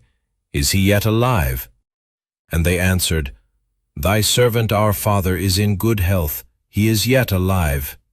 And they bowed down their heads, and made obeisance. And he lifted up his eyes, and saw his brother Benjamin, his mother's son, and said, Is this your younger brother of whom ye spake unto me? And he said, God be gracious unto thee, my son. And Joseph made haste, for his bowels did yearn upon his brother, and he sought where to weep, and he entered into his chamber, and wept there. And he washed his face, and went out, and refrained himself, and said, Set on bread. And they set on for him by himself, and for them by themselves, and for the Egyptians, which did eat with him, by themselves, because the Egyptians might not eat bread with the Hebrews, for that is an abomination unto the Egyptians. And they sat before him, the firstborn according to his birthright, and the youngest according to his youth. And the men marveled one at another. And he took and sent messes unto them from before him, but Benjamin's mess was 5 times so much as any of theirs. And they drank, and were merry with him. And he commanded the steward of his house, saying, Fill the men's sacks with food, as much as they can carry, and put every man's money in his sack's mouth. And put my cup, the silver cup, in the sack's mouth of the youngest, and his corn money. And he did according to the word that Joseph had spoken. As soon as the morning was light, the men were sent away, they and their asses. And when they were gone out of the city, and not yet far off, Joseph said unto his steward, Up, follow after the men, and when thou dost overtake them, say unto them, Wherefore have ye rewarded evil for good? Is not this it in which my Lord drinketh, and whereby indeed he divineth? Ye have done evil in so doing. And he overtook them, and he spake unto them these same words. And they said unto him, Wherefore saith my Lord these words? God forbid that thy servants should do according to this thing.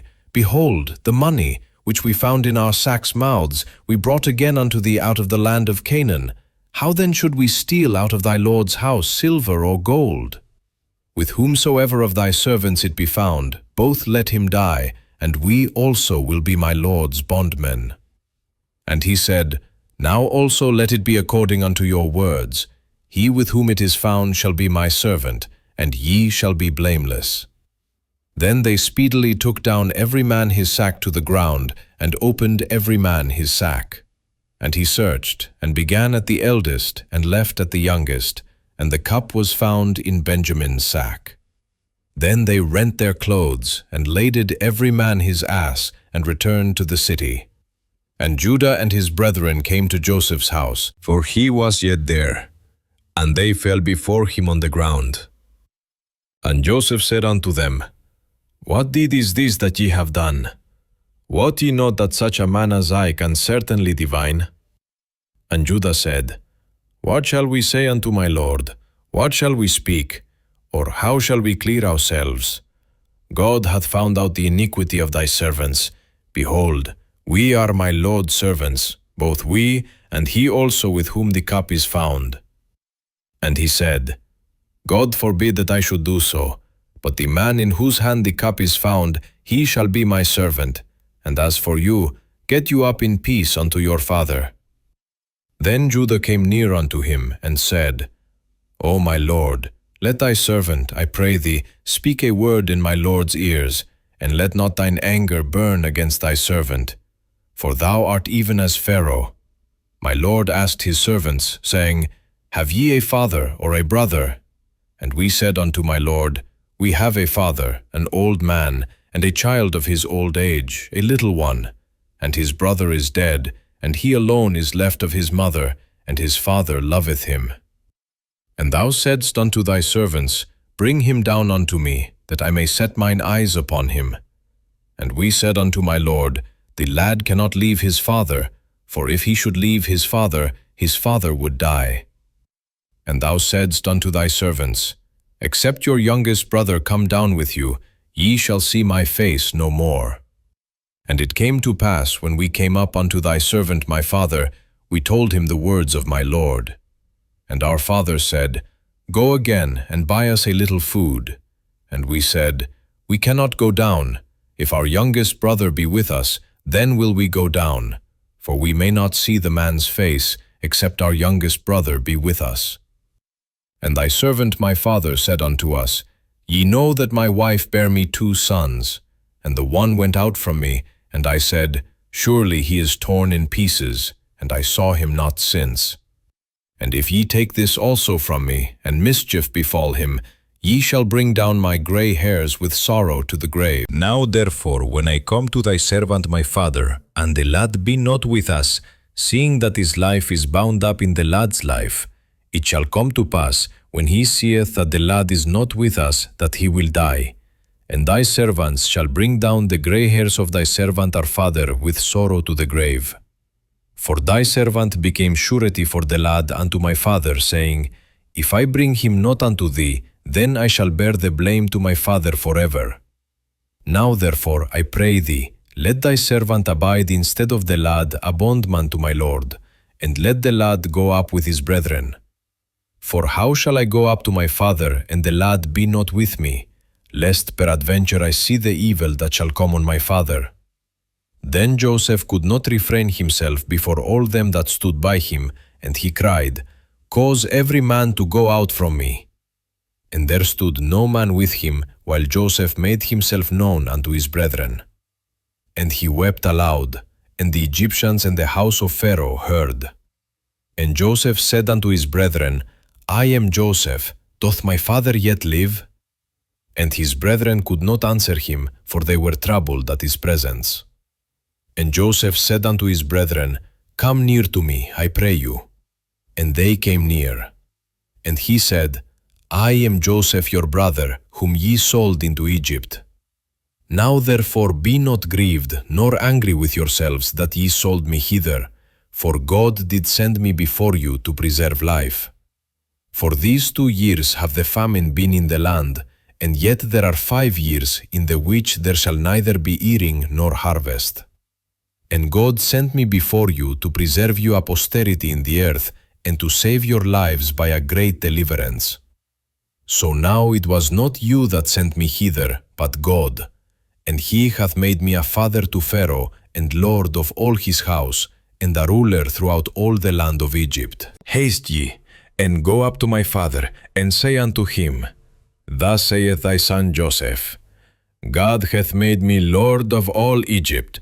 Come down unto me, tarry not, and thou shalt dwell in the land of Goshen, and thou shalt be near unto me, thou and thy children, and thy children's children, and thy flocks, and thy herds, and all that thou hast.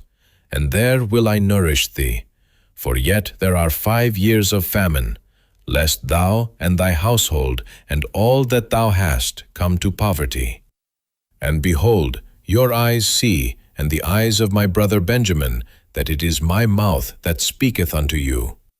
And ye shall tell my father of all my glory in Egypt, and of all that ye have seen, and ye shall haste and bring down my father hither. And he fell upon his brother Benjamin's neck and wept, and Benjamin wept upon his neck. Moreover, he kissed all his brethren, and wept upon them, and after that his brethren talked with him. And the fame thereof was heard in Pharaoh's house, saying, Joseph's brethren are come. And it pleased Pharaoh well, and his servants. And Pharaoh said unto Joseph, Say unto thy brethren, This do ye, lade your beasts, and go, get you unto the land of Canaan, and take your father and your households, and come unto me, and I will give you the good of the land of Egypt, and ye shall eat the fat of the land. Now thou art commanded, this do ye, take you wagons out of the land of Egypt for your little ones, and for your wives, and bring your father, and come. Also regard not your stuff, for the good of all the land of Egypt is yours.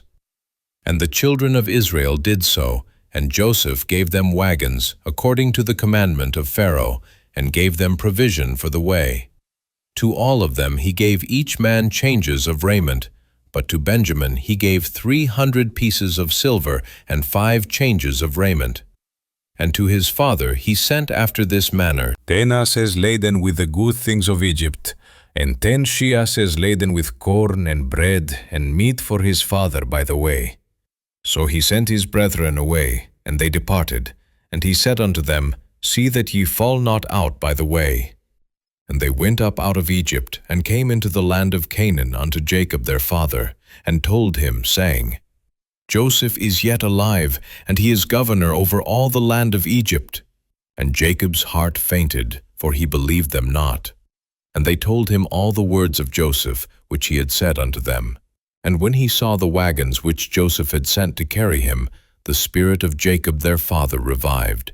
And Israel said, It is enough. Joseph my son is yet alive. I will go and see him before I die. And Israel took his journey with all that he had, and came to Beersheba, and offered sacrifices unto the God of his father Isaac. And God spake unto Israel in the visions of the night, and said, Jacob, Jacob. And he said, Here am I.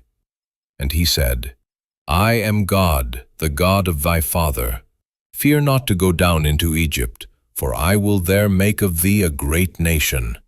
I will go down with thee into Egypt, and I will also surely bring thee up again. And Joseph shall put his hand upon thine eyes. And Jacob rose up from Beersheba, and the sons of Israel carried Jacob their father, and their little ones, and their wives, in the wagons which Pharaoh had sent to carry him. And they took their cattle and their goods, which they had gotten in the land of Canaan, and came into Egypt, Jacob, and all his seed with him.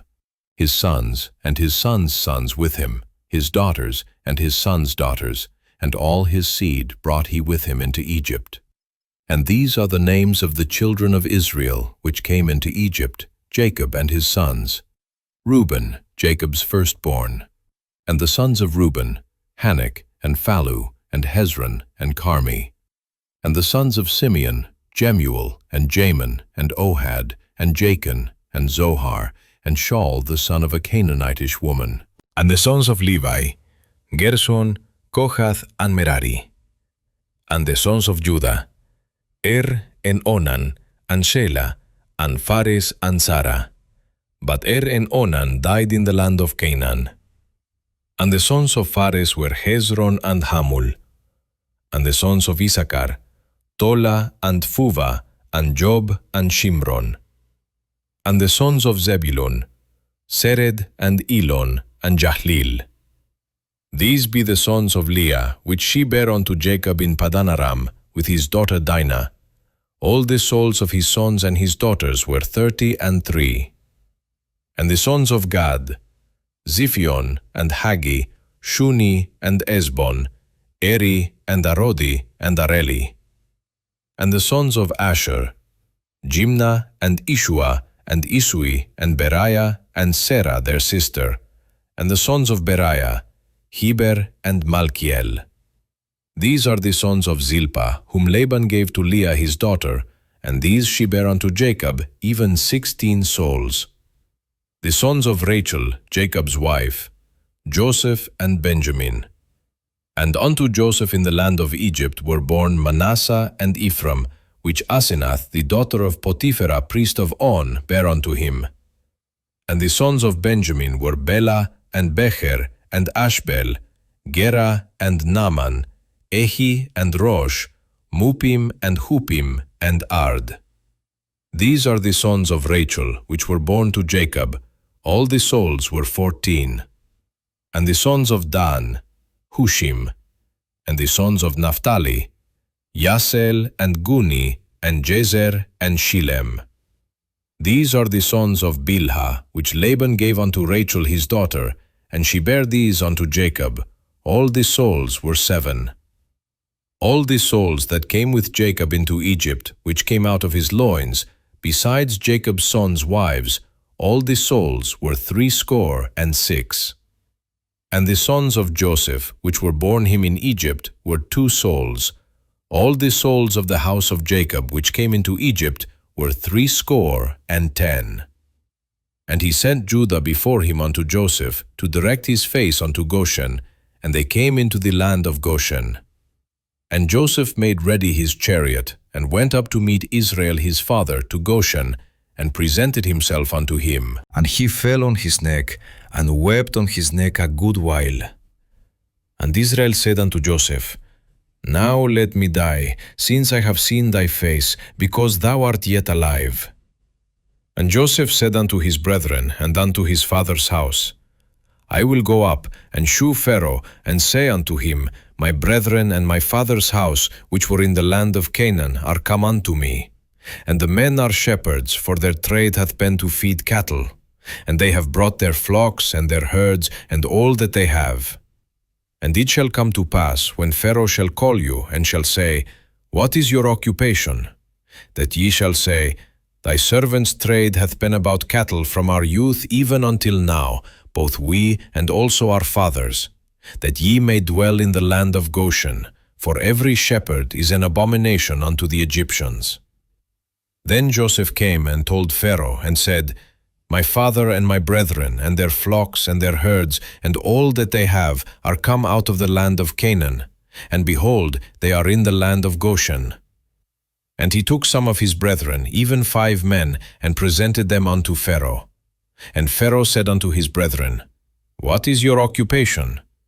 And they said unto Pharaoh, Thy servants are shepherds, both we and also our fathers. They said moreover unto Pharaoh, For to sojourn in the land are we come, for thy servants have no pasture for their flocks, for the famine is sore in the land of Canaan. Now therefore, we pray thee, let thy servants dwell in the land of Goshen. And Pharaoh spake unto Joseph, saying, thy father and thy brethren are come unto thee. The land of Egypt is before thee. In the best of the land make thy father and brethren to dwell. In the land of Goshen let them dwell. And if thou knowest any men of activity among them, then make them rulers over my cattle. And Joseph brought in Jacob his father, and set him before Pharaoh. And Jacob blessed Pharaoh. And Pharaoh said unto Jacob, How old art thou? And Jacob said unto Pharaoh, The days of the years of my pilgrimage are 130 years. Few and evil have the days of the years of my life been, and have not attained unto the days of the years of the life of my fathers in the days of their pilgrimage. And Jacob blessed Pharaoh, and went out from before Pharaoh. And Joseph placed his father and his brethren, and gave them a possession in the land of Egypt, in the best of the land, in the land of Ramesses, as Pharaoh had commanded.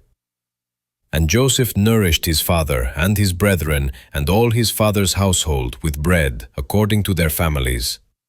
And there was no bread in all the land, for the famine was very sore, so that the land of Egypt and all the land of Canaan fainted by reason of the famine. And Joseph gathered up all the money that was found in the land of Egypt and in the land of Canaan for the corn which they bought, and Joseph brought the money into Pharaoh's house. And when money failed in the land of Egypt and in the land of Canaan, all the Egyptians came unto Joseph, and said, Give us bread, for why should we die in thy presence? For the money faileth. And Joseph said, Give your cattle, and I will give you for your cattle, if money fail. And they brought their cattle unto Joseph, and Joseph gave them bread in exchange for horses, and for the flocks, and for the cattle of the herds, and for the asses, and he fed them with bread for all their cattle for that year. When that year was ended, they came unto him the second year, and said unto him, We will not hide it from my lord, how that our money is spent. My lord also hath our herds of cattle. There is not aught left in the sight of my lord, but our bodies and our lands. Wherefore shall we die before thine eyes, both we and our land? Buy us and our land for bread, and we and our land will be servants unto Pharaoh, and give us seed, that we may live, and not die, that the land be not desolate. And Joseph bought all the land of Egypt for Pharaoh, for the Egyptians sold every man his field, because the famine prevailed over them, so the land became Pharaoh's. And as for the people, he removed them to cities from one end of the borders of Egypt even to the other end thereof. Only the land of the priests bought he not, for the priests had a portion assigned them of Pharaoh, and did eat their portion which Pharaoh gave them, wherefore they sold not their lands. Then Joseph said unto the people, Behold, I have bought you this day and your land for Pharaoh. Lo, here is seed for you, and ye shall sow the land. And it shall come to pass in the increase that ye shall give the 5th part unto Pharaoh, and 4 parts shall be your own, for seed of the field, and for your food, and for them of your households, and for food for your little ones. And they said, Thou hast saved our lives. Let us find grace in the sight of my lord, and we will be Pharaoh's servants. And Joseph made it a law over the land of Egypt unto this day, that Pharaoh should have the 5th part, except the land of the priests only, which became not Pharaoh's. And Israel dwelt in the land of Egypt, in the country of Goshen, and they had possessions therein, and grew, and multiplied exceedingly. And Jacob lived in the land of Egypt 17 years, so the whole age of Jacob was 147 years. And the time drew nigh that Israel must die, and he called his son Joseph, and said unto him, If now I have found grace in thy sight, put, I pray thee, thy hand under my thigh, and deal kindly and truly with me. Bury me not, I pray thee, in Egypt, but I will lie with my fathers, and thou shalt carry me out of Egypt, and bury me in their burying place. And he said, I will do as thou hast said. And he said, Swear unto me. And he sware unto him. And Israel bowed himself upon the bed's head. And it came to pass after these things, that one told Joseph, Behold, thy father is sick.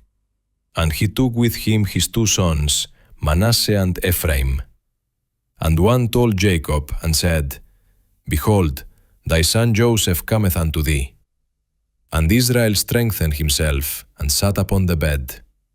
And Jacob said unto Joseph, God Almighty appeared unto me at Luz in the land of Canaan, and blessed me, and said unto me, Behold, I will make thee fruitful, and multiply thee, and I will make of thee a multitude of people, and will give this land to thy seed after thee for an everlasting possession. And now thy two sons, Ephraim and Manasseh, which were born unto thee in the land of Egypt before I came unto thee into Egypt, are mine. As Reuben and Simeon, they shall be mine. And thy issue, which thou begettest after them, shall be thine, and shall be called after the name of their brethren in their inheritance. And as for me, when I came from Padan, Rachel died by me in the land of Canaan in the way, when yet there was but a little way to come unto Ephrath. And I buried her there in the way of Ephrath. The same is Bethlehem. And Israel beheld Joseph's sons, and said, Who are these? And Joseph said unto his father, They are my sons, whom God hath given me in this place. And he said, Bring them, I pray thee, unto me, and I will bless them. Now the eyes of Israel were dim for age, so that he could not see. And he brought them near unto him, and he kissed them, and embraced them. And Israel said unto Joseph, I had not thought to see thy face, and lo, God hath shewed me also thy seed. And Joseph brought them out from between his knees, and he bowed himself with his face to the earth. And Joseph took them both, Ephraim in his right hand toward Israel's left hand, and Manasseh in his left hand toward Israel's right hand, and brought them near unto him. And Israel stretched out his right hand, and laid it upon Ephraim's head, who was the younger, and his left hand upon Manasseh's head, guiding his hands wittingly, for Manasseh was the firstborn. And he blessed Joseph, and said, God, before whom my fathers Abraham and Isaac did walk, the God which fed me all my life long unto this day, the angel which redeemed me from all evil, bless the lads, and let my name be named on them, and the name of my fathers Abraham and Isaac, and let them grow into a multitude in the midst of the earth. And when Joseph saw that his father laid his right hand upon the head of Ephraim, it displeased him, and he held up his father's hand to remove it from Ephraim's head unto Manasseh's head. And Joseph said unto his father, Not so, my father, for this is the firstborn. Put thy right hand upon his head. And his father refused, and said, I know it, my son, I know it. He also shall become a people, and he also shall be great. But truly his younger brother shall be greater than he, and his seed shall become a multitude of nations. And he blessed them that day, saying, In thee shall Israel bless, saying, God make thee as Ephraim and as Manasseh. And he set Ephraim before Manasseh. And Israel said unto Joseph, Behold, I die. But God shall be with you, and bring you again unto the land of your fathers. Moreover, I have given to thee one portion above thy brethren, which I took out of the hand of the Amorite with my sword and with my bow. And Jacob called unto his sons, and said, Gather yourselves together, that I may tell you that which shall befall you in the last days. Gather yourselves together, and hear, ye sons of Jacob, and hearken unto Israel your father. Reuben, thou art my firstborn, my might, and the beginning of my strength, the excellency of dignity, and the excellency of power. Unstable as water, thou shalt not excel, because thou wentest up to thy father's bed, then defiledst thou it. He went up to my couch. Simeon and Levi are brethren. Instruments of cruelty are in their habitations. O my soul, come not thou into their secret, and to their assembly, mine honor, be not thou united. For in their anger they slew a man, and in their self-will they dig down a wall. Cursed be their anger, for it was fierce, and their wrath, for it was cruel. I will divide them in Jacob, and scatter them in Israel. Judah, thou art he whom thy brethren shall praise. Thy hand shall be in the neck of thine enemies. Thy father's children shall bow down before thee. Judah is a lion's whelp. From the prey, my son, thou art gone up. He stooped down, he couched as a lion and as an old lion. Who shall rouse him up? The scepter shall not depart from Judah, nor a lawgiver from between his feet, until Shiloh come. And unto him shall the gathering of the people be. Binding his foal unto the vine, and his asses colt unto the choice vine. He washed his garments in wine, and his clothes in the blood of grapes. His eyes shall be red with wine, and his teeth white with milk. Zebulun shall dwell at the haven of the sea, and he shall be for an haven of ships, and his border shall be unto Zidon. Issachar is a strong ass, couching down between two burdens. And he saw that rest was good, and the land that it was pleasant, and bowed his shoulder to bear, and became a servant unto tribute. Dan shall judge his people as one of the tribes of Israel. Dan shall be a serpent by the way, an adder in the path, that biteth the horse heels, so that his rider shall fall backward. I have waited for thy salvation, O Lord. Gad, a troop shall overcome him, but he shall overcome at the last. Out of Asher his bread shall be fat, and he shall yield royal dainties. Naphtali is a hind let loose, he giveth goodly words. Joseph is a fruitful bough, even a fruitful bough by a well, whose branches run over the wall. The archers have sorely grieved him, and shot at him, and hated him. But his bow abode in strength, and the arms of his hands were made strong by the hands of the mighty God of Jacob. From thence is the shepherd, the stone of Israel. Even by the God of thy father, who shall help thee, and by the Almighty, who shall bless thee with blessings of heaven above, blessings of the deep that lieth under, blessings of the breasts and of the womb. The blessings of thy father have prevailed above the blessings of my progenitors, unto the utmost bound of the everlasting hills. They shall be on the head of Joseph, and on the crown of the head of him that was separate from his brethren. Benjamin shall raven as a wolf. In the morning he shall devour the prey, and at night he shall divide the spoil. All these are the 12 tribes of Israel. And this is it that their father spake unto them, and blessed them. Every one according to his blessing he blessed them. And he charged them, and said unto them, I am to be gathered unto my people. Bury me with my fathers in the cave that is in the field of Ephron the Hittite, in the cave that is in the field of Machpelah, which is before Mamre, in the land of Canaan, which Abraham bought with the field of Ephron the Hittite for a possession of a burying place. There they buried Abraham and Sarah his wife.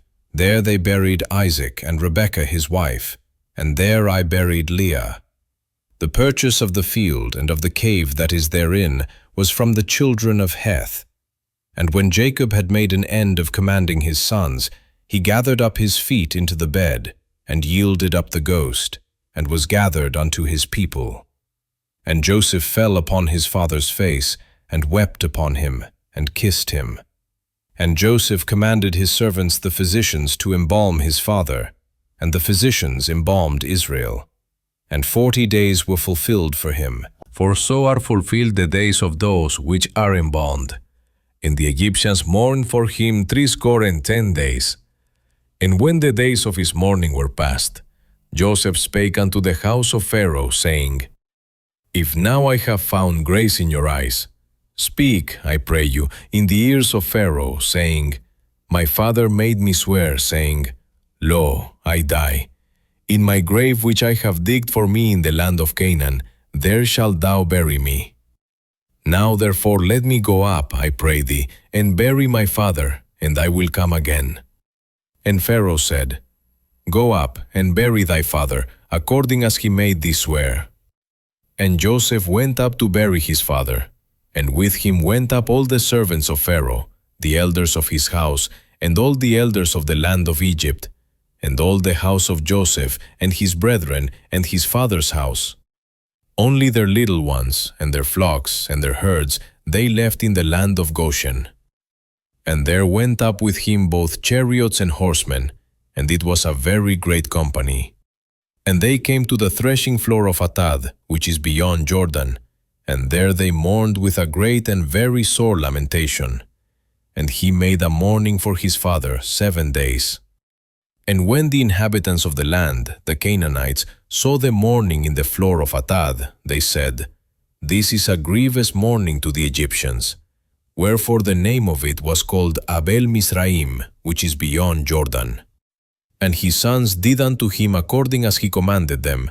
For his sons carried him into the land of Canaan, and buried him in the cave of the field of Machpelah, which Abraham bought with the field for a possession of a burying place of Ephron the Hittite before Mamre. And Joseph returned into Egypt, he and his brethren, and all that went up with him to bury his father, after he had buried his father. And when Joseph's brethren saw that their father was dead, they said, Joseph will peradventure hate us, and will certainly requite us all the evil which we did unto him. And they sent a messenger unto Joseph, saying, Thy father did command before he died, saying, So shall ye say unto Joseph, Forgive, I pray thee now, the trespass of thy brethren, and their sin. For they did unto thee evil. And now, we pray thee, forgive the trespass of the servants of the God of thy father. And Joseph wept when they spake unto him. And his brethren also went and fell down before his face, and they said, Behold, we be thy servants. And Joseph said unto them, Fear not, for am I in the place of God? But as for you, ye thought evil against me, but God meant it unto good, to bring to pass, as it is this day, to save much people alive. Now therefore fear ye not, I will nourish you and your little ones. And he comforted them, and spake kindly unto them. And Joseph dwelt in Egypt, he and his father's house, and Joseph lived 110 years. And Joseph saw Ephraim's children of the third generation. The children also of Machir the son of Manasseh were brought up upon Joseph's knees. And Joseph said unto his brethren, I die, and God will surely visit you, and bring you out of this land unto the land which he sware to Abraham, to Isaac, and to Jacob. And Joseph took an oath of the children of Israel, saying, God will surely visit you, and ye shall carry up my bones from hence. So Joseph died, being 110 years old, and they embalmed him, and he was put in a coffin in Egypt.